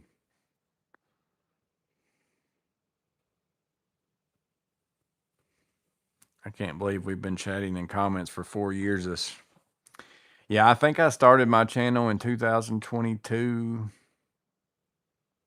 ish. It might have been late 2021 is when I know my first video was around Thanksgiving. At some point in time, it might have been 2021. It could have even been 2020, but I think it was 2021. Of course, I haven't been doing like lives and all that stuff the whole entire time.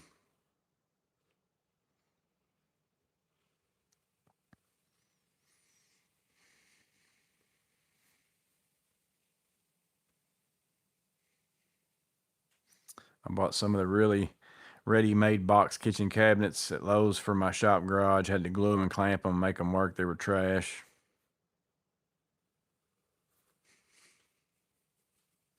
Which Clicky Tech, you said I'm right. I've had to router all mine out. In a way, it's like even though I think it's just because I opened the door and it's like, well, they didn't even route these out. But in a way, it's probably actually a good thing because then that allows you to fix it and put it in the right spot. I had almost gotten to the point where I was going to tell for interior doors, I was going to tell my door guy, just do it no bore, and I'll do all that myself after I get my door put in. Like I'll put the doorknob hole in and mortise all that stuff after I get the door installed and fix all the out of whackness and all that stuff. Just because 9 times out of 10 it just doesn't line up perfectly. I've even got to the point where I had almost decided I was just going to start making my own jams and buying door slabs and just doing it because I think I could do it in less time almost than the time I spend fixing and trying to make something work. And then it's still, even though you get it to work right and it's performing like it should, it's still not like the pristine door install because you've had to patch this latch thing down here, whatever else.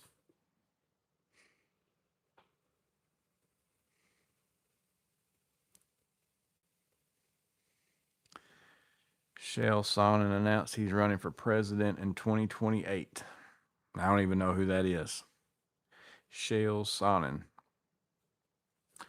What's up with the El Arroyos, Texas sign? I just put different stuff up there sometimes. Sometimes I just put Tool brand stuff up there. Sometimes I put sayings up there.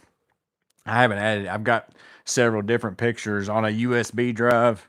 I haven't added anything new for a while because it's a pain. I got to take it out of my TV, take it into my computer, put it on there type of thing. And then there's some of them, like right now I'm pressing next and it's messing up because whatever the next picture is was messed up. It kind of Gets all jacked up.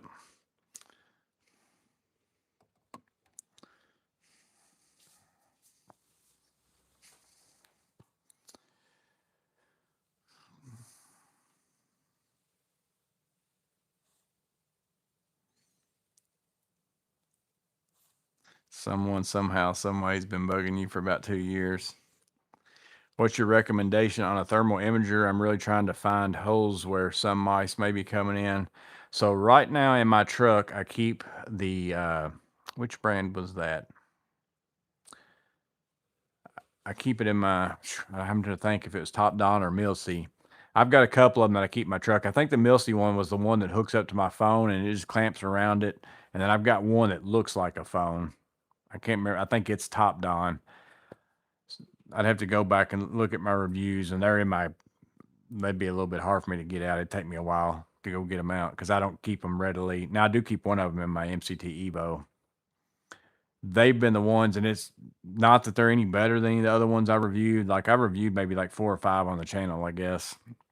They're all pretty similar in function. I like the one that goes on my phone if I'm going to be recording something for the customer to send to them, because it's just easier. It's already on my phone. Like I'm recording it right there while I'm filming it, and it's in my phone, like the video file and all that stuff. I don't have to plug it up to a computer and drag stuff over, and I can just text it to them at that point. It just makes it a little bit easier process. But if I'm just using one, I get out the one that doesn't hook up to my phone because I just turn it on and start using it. So a couple of different ones that I use.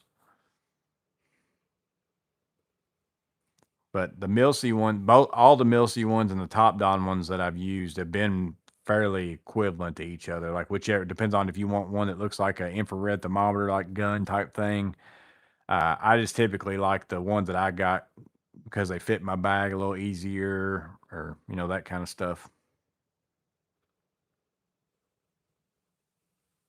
What time's your live on Saturday?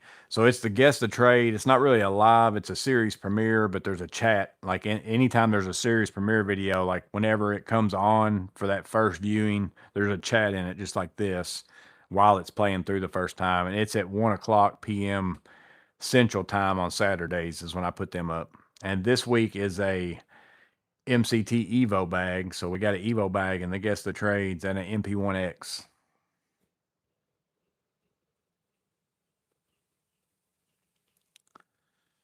What's up, Joey Holloway? Glad to see him alive after the wheelbarrow video.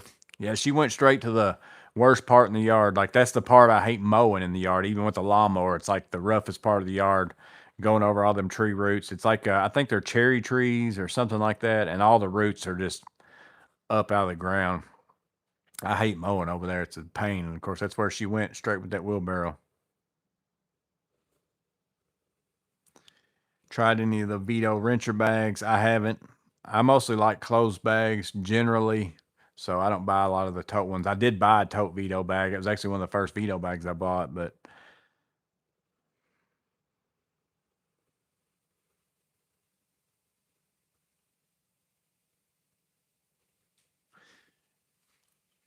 yeah.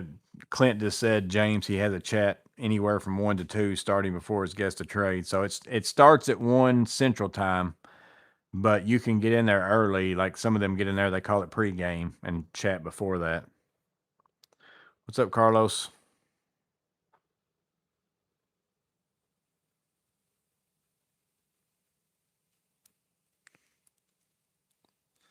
Got an endoscope on sale for $30.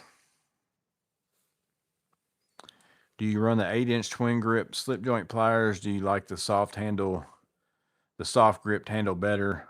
I've got the 8-inch ones in my bag. I've got the, whatever the smaller one is it 150? Is that what the smaller one is? I keep it in my vest pocket, the service vest pocket. And I always like either dip grips or the slim texture grips or slim grips or whatever. I don't mind these. Like I'm not going to say I'm not going to use a pair of pliers with this grip on it, but I much prefer, your just dip grip stuff, like any of this kind of stuff.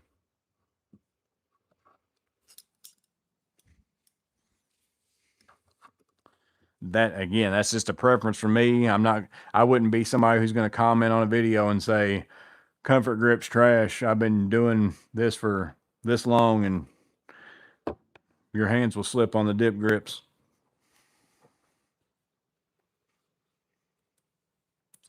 It's like, okay, you like Comfort Grips. I like dip grips. Can't we all just get along? Loving my MCT Evo. Topdon works great. Everything I've used of Topdon so far has been pretty good. I've got the jump starter from Topdon and I've used it multiple times. I just used it here recently to jump my son's car, and I hadn't even got it out in forever and it was still fully charged. Like, it holds its charge really well. It's worked great. And then all the thermal imaging things that I've tried have been good too.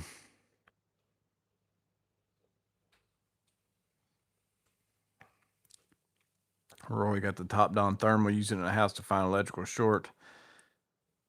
Origin Fire Department big thermal battery was dead, but my little Topdon worked like a charm. How much money do I got in tools? I have no idea. I don't even want to know, because it's one little bite at a time that ends up being a big elephant. So I don't even want to know. I'm team dip grips too. Yeah, again, I don't not like Comfort Grips, but I just prefer dip grips. I like them better in my pouches because it's just they're easier to slide in and out of my pouch pockets. And I run pouches more than I run a tool bag, but they even still come in and out of tool bag pockets easier. To me, they're easier to clean. I like that about them. I also like that they're just thinner. Like in your hand, they're just thinner. And I do smaller tool handwork. Again, if you're somebody using a pair of 12-inch Cobras and you're gripping them like crazy and twisting on stuff, you might prefer Comfort Grips, but I'm not doing that but once in a blue moon. So it just depends on, everything always depends on what you do. Sweet coffee mug. I think I got this one at Goodwill. I definitely haven't done an Ironman. I did do a mini marathon one time. That's as far as I ran the Kentucky Derby mini marathon thing one year. I used to run all the time. I used to run a 5K every day when I got home from work. And then on Saturday, I'd just take off and run till whenever. That's when I was training for the mini marathon. I might run 10, 15 miles on a Saturday. I had to get up real early in the morning, go running, but I don't do it at all now. Like, I don't run, period, as you can tell. As you can tell, and somebody will surely comment on my video and tell me that too.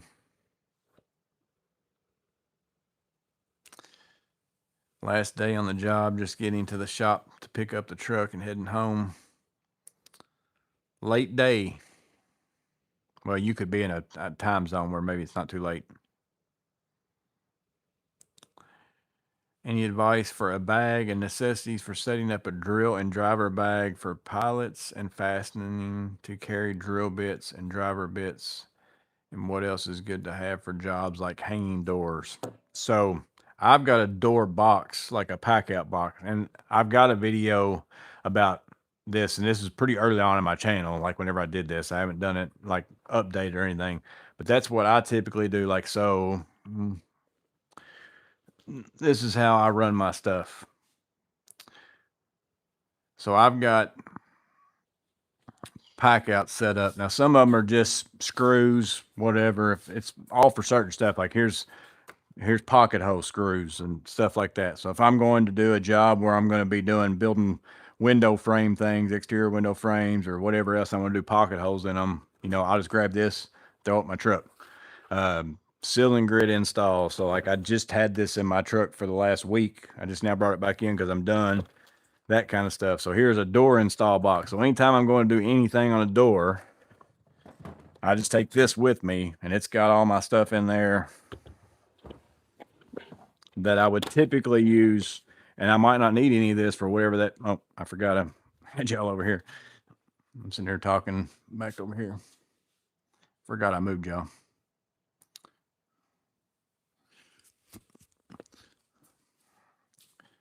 I might not need any of this, but basically, if I'm going to go do a door, then in case I need something, it's going to be in here. But I keep all my like hinge shims. I've got a router jig for my hinges. I've got a router jig for, you know, strike plates and stuff. I've got a door install jig, and I said in the video, I think I've talked about this maybe another live, this isn't my favorite one. It just fits in this box really well, so that's why it's in here. It gets the job done. I got my hinge doctors, the residential ones. I've got my other ones, all my commercial ones are in my truck, but I do keep the residential.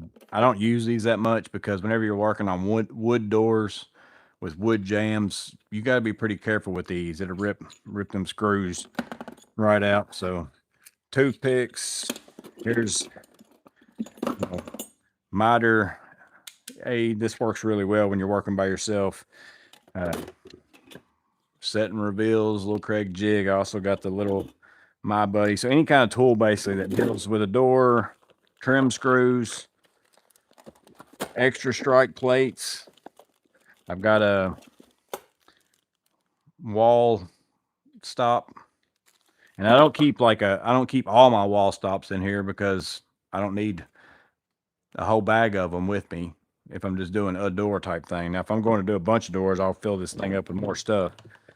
But I just keep enough stuff in here to install a couple doors or whatever it is, and then I refill it like if I come back in. So that's what I do to keep like all my stuff together. And then that way, if I'm going to go install doors, because I do so many different things. Now, if I was set up, if all I did was door installs, I'd have my truck set up to do door installs, and I'd have all the room in the world to do that. But I do electrical, I do plumbing work, I do drop ceilings, I frame, I do drywall, I do like toilets, faucets, doors. I do a little bit of everything, so I can't keep all that in my truck.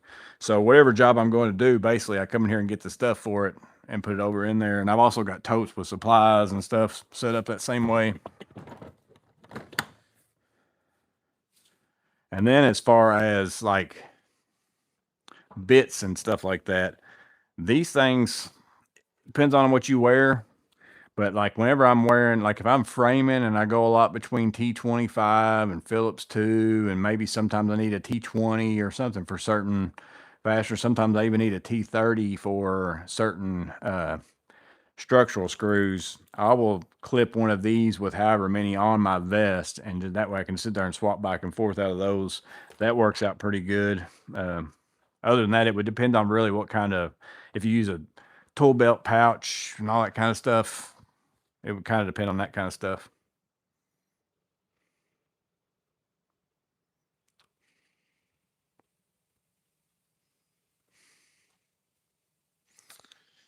I have dipped. They can be a little hard on the hand when being forceful. Yeah, like I said, if you deal with some bigger stuff and you're really cranking on stuff all the time, I get liking comfort grip, but I'm typically not. Like most of the time, I'm just breaking loose some littler bolts. Like I usually use the 180 size pliers as my go-to. I don't even use it. Most people have 10-inch as their main pliers, but I use the smaller ones. What's up, Thomas? Clicky Tech ended up with a TPXXL Evo, MCT Evo, SBXXL, MP3 Evo, 2X, 2 times the MBLs, 2 MBMs, DH Evo, and the promo bags. Yeah, the tool collector bought a bunch of, once they changed the thing where you could buy anything of a $94 value or whatever on the tier 2, he started buying all sorts of stuff too. Glad to see us survive the live. Some way yesterday on a warranty, the client commented on my loaded TPXXL bag and said, yeah, the bag alone is $300, and with those tools, probably $3,000. He made a funny face.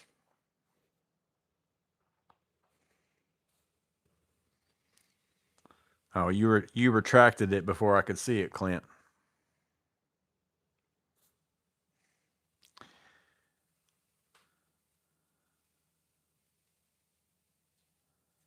Man, that stinks. Lost our house in a fire. One of Tom's friends.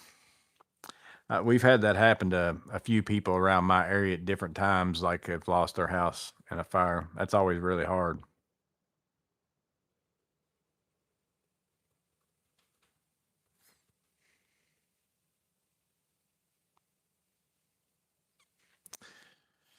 Pack outs make your job easier, Joey. Yeah, just anything. The big switch for me was a long time ago whenever I started setting up stuff for jobs because used to I would put all my fasteners in a thing and then I might put all my, you know, hinge shims or something in a thing or whatever. And anytime I'd go do a job, I'd have to walk around my whole garage, which it wasn't really the case so much here because I was working at the facility, but I kind of had this kind of same setup in my office and in another area at the facility. So then every time you go to do a job, you have to remember everything that your might would need every single time you go do it. And ultimately, you're going to end up forgetting something. And obviously, that's going to end up being the one thing that I need this. And I got to go all the way back to go get that now. Versus now, I don't even have to think about it. I'm just going to go do doors. I'm going to come in here and get my door pack out and throw it in my truck. I don't have to think about, oh, what all do I need? Now, you do have to make a conscious effort when you get home with the door install box to remember what all you used out of it and replenish it. Or the next time you come in here and get it and put it in your truck, you're going to be like, oh, I didn't put any of, I used up all my this last time and now I don't have any of those in here and I need some more.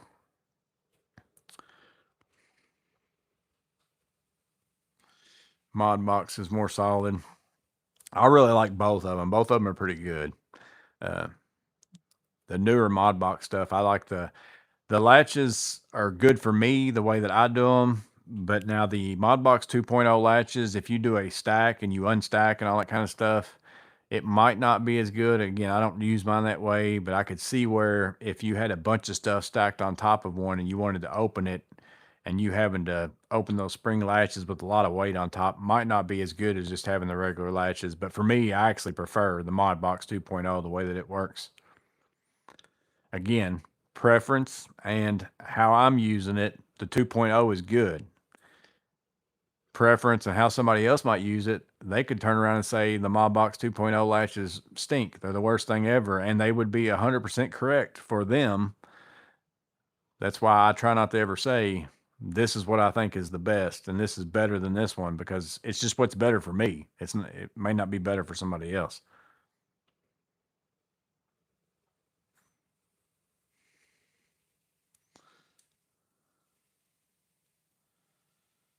I give up on troll talk. I keep typing and misspelling. It isn't funny anymore.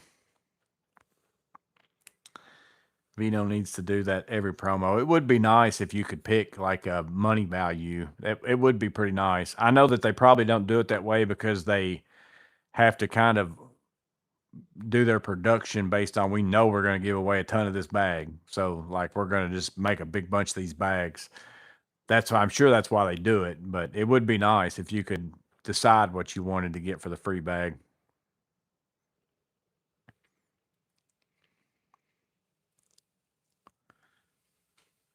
You do demolition too? Yeah, sometimes. Just usually. So mostly the jobs that I do that are jobs with my other buddy are commercial jobs, and it's usually we go into a space and build it out. And for the most part, we just do the whole thing. Now we will sub out plumbing and electrical, like if it's a new build out, like there's nothing been in there before. But if we're just going in and changing out some stuff and maybe moving a wall or two and doing stuff like that, then we'll just do the whole thing. If it's not like a permitted, needing to be permitted type thing, if we're not doing anything drastic. But so in those cases, we just do the demo too and just go ahead and do everything. It's just a lot easier in that sense. And it's not a big, we don't do like huge jobs or anything like that. I would say it's a small to medium sized job, but it's always easier, in my opinion, for us to just do it than to find somebody else to do it and to get them to fit into our schedule to where we're not sitting around waiting on them. Because then we just go ahead and do it, and then we can move straight in from demo to framing like that same exact day. Like as soon as we demo whatever the last thing is, we got a demo. If it's 10 o'clock in the morning, we just keep right on working and start framing, and there's no missed time or anything like that. So that's usually the only time we do it. But a lot of times whenever we go in places, it's already actually been demoed, and we're just building it back. You always Project Pine Hills, you always had the best pack out mod job kit setups, always makes for an efficient process. Yeah, I'm always thinking that way. Like how can I make it a little, again, it mostly it doesn't even go to easier for me. It just that is a offshoot of what happens. It ends up making my job a little bit easier, but it all goes back to the enjoyable thing for me. Like, what do I enjoy coming around and walking around my garage thinking of and having to sit there and think, oh, do I need to get this? Oh, what else is it that I need? And then do that every single day in the afternoon and pile a box together of the stuff I think I'm going to need for that job? Or would I rather just not even have to think about it? And I just walk in here and grab a plumbing toilets box over there that has like maybe some wax rings or whatever in it that I've got behind you. I just come here and grab that and throw it in my truck, and then that's all the thinking I had to do with that, because I don't find that other part of it enjoyable. So that's why everything goes back to that for me.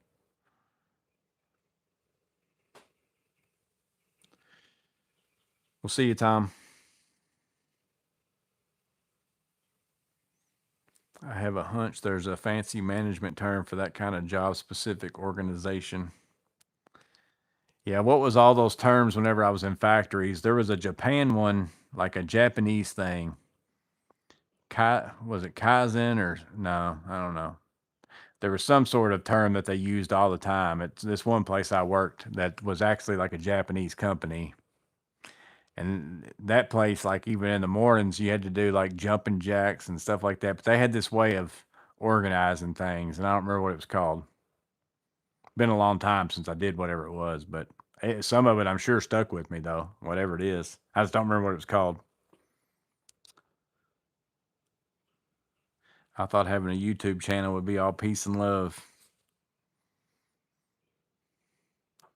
I don't get, like I said, and I don't care. Like people, like I said, I don't delete anybody's comments. I don't not allow. Matter of fact, the box is checked on my videos. Allow all comments. Like, because there for a while I didn't have that box checked because I didn't even know it was a thing. And then they were putting stuff in a held for review folder, like tab, and I never clicked on it because I didn't even know it was there. So every now and then they were holding stuff for review and putting it in there. And then if I didn't go accept it, it wasn't showing up. So once I found that, I just clicked allow all comments. Now, again, it doesn't mean that YouTube will not block them. They still will, but I never do. And I don't care what people comment. Like, it doesn't hurt my feelings or anything like that. It's just I don't understand the thought process behind a person making some of the comments that they make that are like, why would you just not, I guess it's the whole, if you don't have something nice to say, don't say anything at all type thing. That has nothing to do with a critique of a tool or even an opinion on a tool. Like I could see somebody not saying something that you would perceive not being nice about something that you're reviewing, and it being useful to other people to see that, because if they didn't like it or theirs broke or whatever, I actually like when people comment that stuff because it's giving feedback for you guys to read the comments and say, well, this guy, I might have reviewed it when it was new and it might be out a year later. And now you went back and read the comments and people are saying, well, this broke on me and this broke on me. And you read another one, and then you got a whole nother review down there in the comment section. And that's pretty useful to people. But it's whenever people are like, you're fat and your voice is annoying and you talk too fast or whatever. It's like, just go watch the next video. Like, why'd you have to even say any of that? I wouldn't even think about saying that to somebody.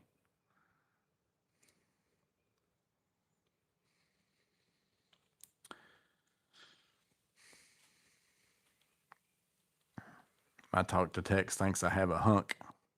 I knew, I read it as hunch. I saw hunk, but I still read it as hunch. I knew. Doing good, Joseph. How about you, buddy? Mod box or pack out for a mobile auto tech. It mostly all would just depend on which one has what. They're both good. I'll just say that. Like, so if there's one of them that has like Klein has some rolling drawer boxes that have drawers in them that have multiple drawers. And if that's more useful to you than the one big drawer, then the rest of everything else, like all the organizers, all that kind of stuff, pretty similar. Mod box is maybe a little bit cheaper to put this, like buy the stuff to put on the sides because the rails are already on there. Whereas pack out, you got to buy things and stuff. So they're both really good in my opinion. Like I wouldn't be mad if I only had one or the other. Like it wouldn't bother me a bit. Now, uh, Packout has like some slimmer organizers that Klein hasn't came out with yet that I use a lot of. What else does then they've also got some that are a little bit deep. So like they've got more options and organizers Packout does currently than what Klein does. So it just depends on really which one has what it is that you're looking for. But as far as performance wise, I think they're both very similar.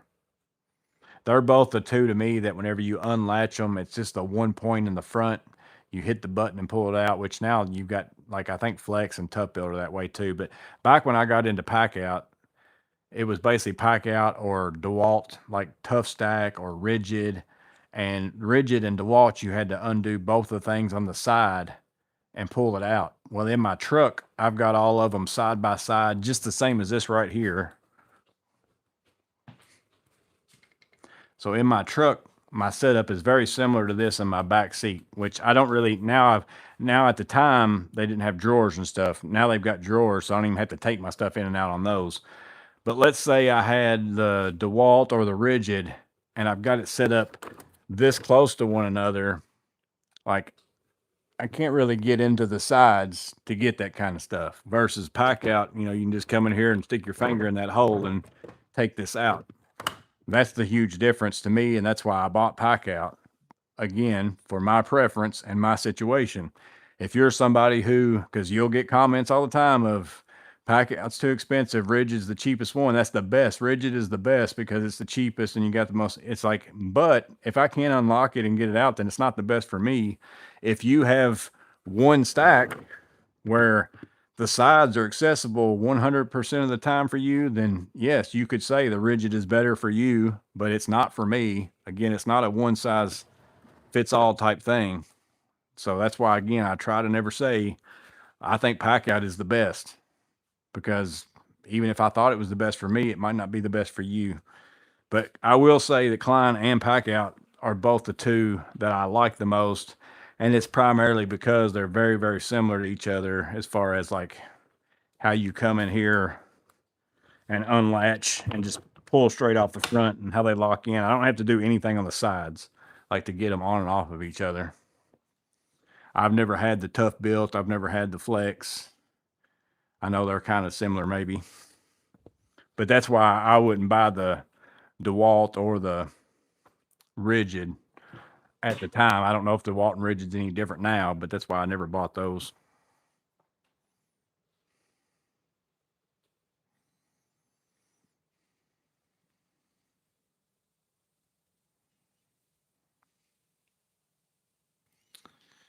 How about the Craftsman one or the Cobalt, Carlos?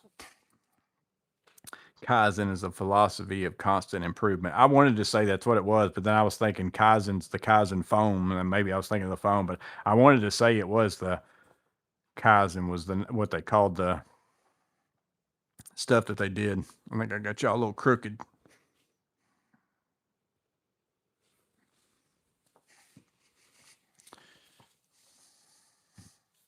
Karen could be. I do want to say it started with a K. Kaizen was what came to mind, but then I thought I was talking about the foam stuff, so I didn't think that was it. Loving my Modbox drawers in my trunk and the Packout adapter plate. Just wish there was more 3D print files available for the Modbox stuff. Feng Shui, that's something too, but that's not what it was. Kaizen is a Japanese philosophy focused on continuous incremental improvement. I think that, again, that was what came to my mind whenever I first said it. I just thought I was wrong. That's probably what it was. Troll Rant 6. If you like anything but dip grip handles, you're wrong. You lost my respect and Earth Shield. Toyota also has a principle. If anyone sees on the line, sees a major defect, they can stop the line to keep quality. Or the company I work for, the Active, taking your idea and giving you $4 for it, despite of potentially saving thousands from it. Yeah. Yeah,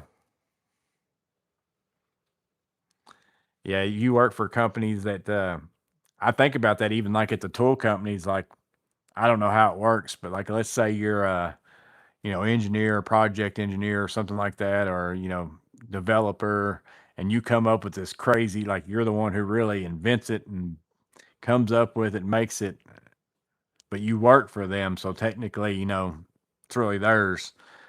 That has to stink in a way. Finally getting the new Klein ball handle screwdriver, should be here in a day or so. I like the Klein. They're one of the. I actually like the Klein.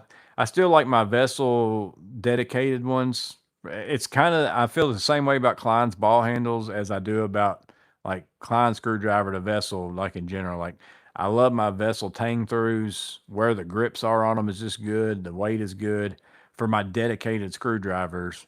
But the multi drivers, Klein is the same way. I use the Impact 11 ones. Like I go to Klein for pretty much multi drivers for the most part. I don't really run a lot of Klein dedicated screwdrivers anymore, even though that's what I used to use all the time. But ever since I've kind of started playing around, learning about different screwdrivers on YouTube, like I used some Vera ones for a little while. I've tried some PB Swiss ones. Uh, and then as soon as I found those Vessel ball grips, I've been pretty much rocking those ever since then. What's up, Corey? Appreciate that, Corey Hadaway. Almost bought a couple of string trimmers on clearance at Lowe's for $30. Looked at the tag and tiny letters said "as is." Fool me once, never again. Packout needs a single drawer, half drawer like the Klein. Yeah, they need to come out with some other drawer options because a lot of people don't just need that big drawer. It's nice though. I mean, still, no matter what, it's better than having a big thing that you got to unstack every time. But Modbox still hasn't done a basic crate. Yeah, that's something else they need to come out with. And Modbox still needs to come out with a plate that you can mount it to something like I have to use a $55 adapter plate on a Milwaukee pack out plate on my drawers out there just to stack my Klein drawers instead of being able to. I mean, I could have just screwed through the bottom of the Klein drawer, but still they need to come out with a floor plate, like a wall plate and a floor plate type of thing too. I like the lock bar on the Modbox. Yeah, I do too. I like it that it doesn't have to come down and get in your way, and it's also doesn't seem like it's as hard to like because like the Milwaukee one, to put it away, you got to push it in, and then to take it back out, you got to pull it out and flop it up. The Klein, you just kind of push over. I don't ever use my Klein one because I've got the single drawer in the back of my truck, and I never even put the little bar on it, and it doesn't open and close by itself like just driving. But it's also in the like camper part of my truck. So even if it did open, it ain't gonna do anything to me. Also got the 10-inch alligator plump pliers. They seem to be, like all Knipex pliers, very good tool. YouTube handles are dumb. Prefers Milwaukee because the handle ergonomics and tipping angle and feeling over the Modbox interconnect between boxes is better and smoother.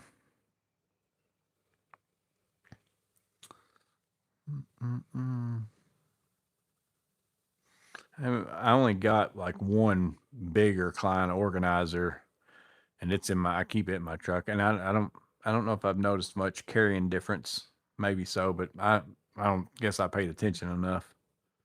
I don't carry it that often though. It's my Klein bigger organizer that I keep in my Modbox. It's actually got like the cups and all that stuff, which is what most of my pack out is too.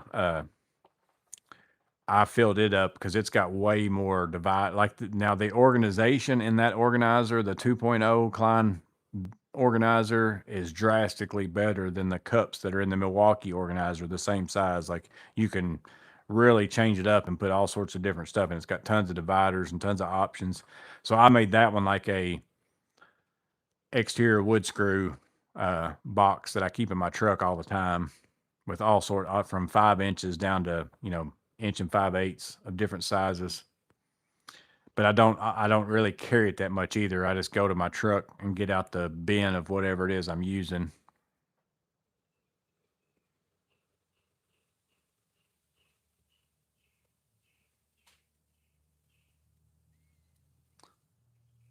See you, dog. Finally got the chance to use the Vessel dedicated drivers when I was at one of our robot suppliers for training. Definitely fell in love with the ball grips now. It's going to be pretty hard to pull me off of a ball grip screwdriver. Now, pulling me to a different ball grip screwdriver is a possibility, but I don't think, now that I've been using ball grips, I can't imagine going back. They just feel so natural, to me. I need to try the ball grip Franken Vera. Yeah, I like I've got some of the Vera ball handles, but like you made one that holds bits, which would be more useful. And I like these. And these actually are a little bit heavier. They're not like Vessel Tang Through heavy, but they are heavier than the like Vessel non-Tang Through ones. But the grip where the Vessels are is like perfect. Like for my hand. Again, this is for my hands. So somebody with smaller hands or bigger hands, they might say, "Oh, my fingers don't reach this enough. That's why I don't like them." Or, my fingers go past it and I don't like it. But it's like it's made for my hand to fit in my palm and exactly where my fingers go, or right there on that grip right there, and it just works out perfect. And that's why I like the Klein ones too, because their grip spot is just bigger than the Vessel, so you got a better chance of, probably with different hand sizes, of your fingers hitting this than this. So this is probably actually a little more universal, but I also don't feel like it's as grippy as the Vessel one. Like this right here is really nice. Like whether you're using this or this, there's a lot of grip right there. There's more grip on that than the Klein. But again, this is bigger, so different hand sizes, that might work out a little bit better. The Vera, that's the one thing that's a little bit down on it for me, is it doesn't have as much. You got that knob there, but it's not the same as that grip. I mean, you can still spin it good, but it's not the same.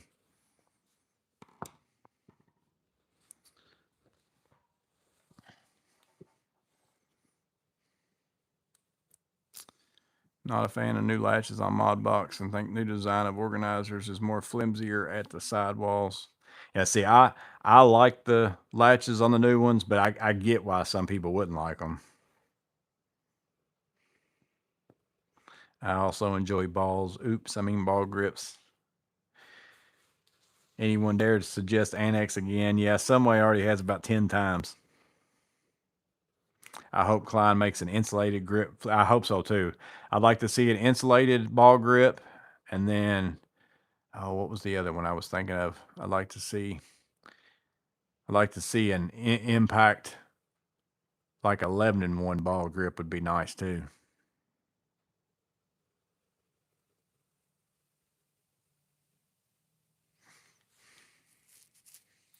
Waiting for the next gen M12 Surge. Me too, for years now. I've been waiting on that.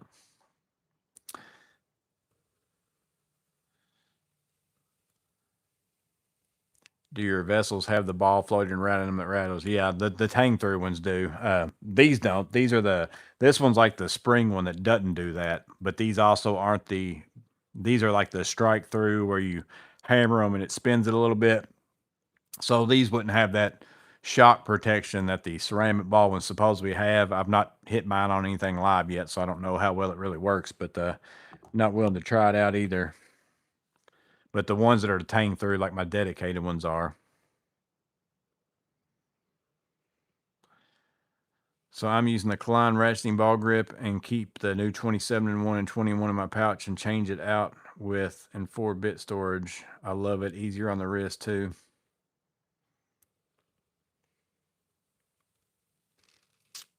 I guess it's supposed to be for insulation. Yeah, supposedly it's a break between your tip and that strike plate on the top, which I think I've checked it with continuity and it doesn't go through. But like I said, I've not actually hit it on anything live to try it out.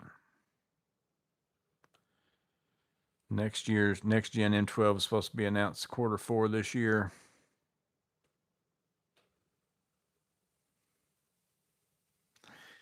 Knipex version of the Snap-on Talon grips would be amazing too. Still trying to decide between the Talon grips and the Cobra ES to replace my Klein needle nose. I really like my Snap-ons, to be honest with you, and I keep my smaller pair is in my MP2X and my bigger pair is in my MP1 Evo. I use them all the time. And I was going to say, just to give you all an idea, so here are the icons. I was wondering what I did with them, and I took them out there this winter whenever I was clearing off my driveway of all the ice with my skid steer. I had to change from my fork bucket to my smooth bucket, and I've got a couple pins I had to pull out. So I took this out there, and this has been sitting in my skid steer. Now, granted, it's been in a barn, but it's still just been outside, really, like in the humidity or whatever else, and really not that much. There's a little bit of surface rust and stuff on them, but they're still like been sitting, again, not out in the rain or anything like that, but they've been sitting out in the humid air in a really hot barn and all that kind of stuff for basically the whole winter up through just yesterday. I got it out yesterday. So pretty surprising.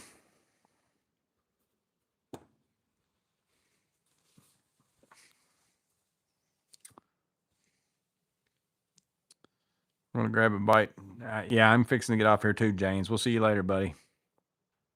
What's frustrating about buying a ball grip? Something new comes out, but that's good for the economy, not my wallet.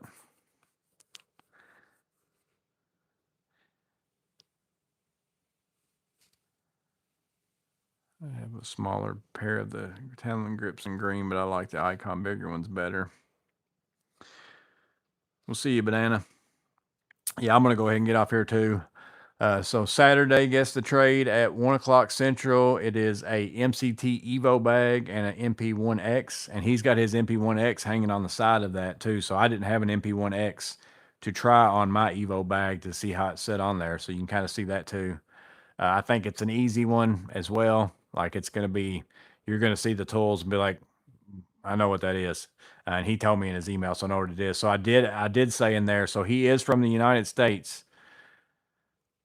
So I asked just to guess, just to make it more interesting, if you see his tools, because I know there's some people that I know watch this channel that specifically work in that area, and they do stuff a little bit differently based on having conversations back and forth with people. So I did ask, what is it he does, and then where is it that he does it? I didn't like kind of stipulate that it is in the United States. So y'all will have a heads up on that. He is from the United States, so it's somewhere in the United States. But we'll see y'all on the next one. Appreciate y'all being on here.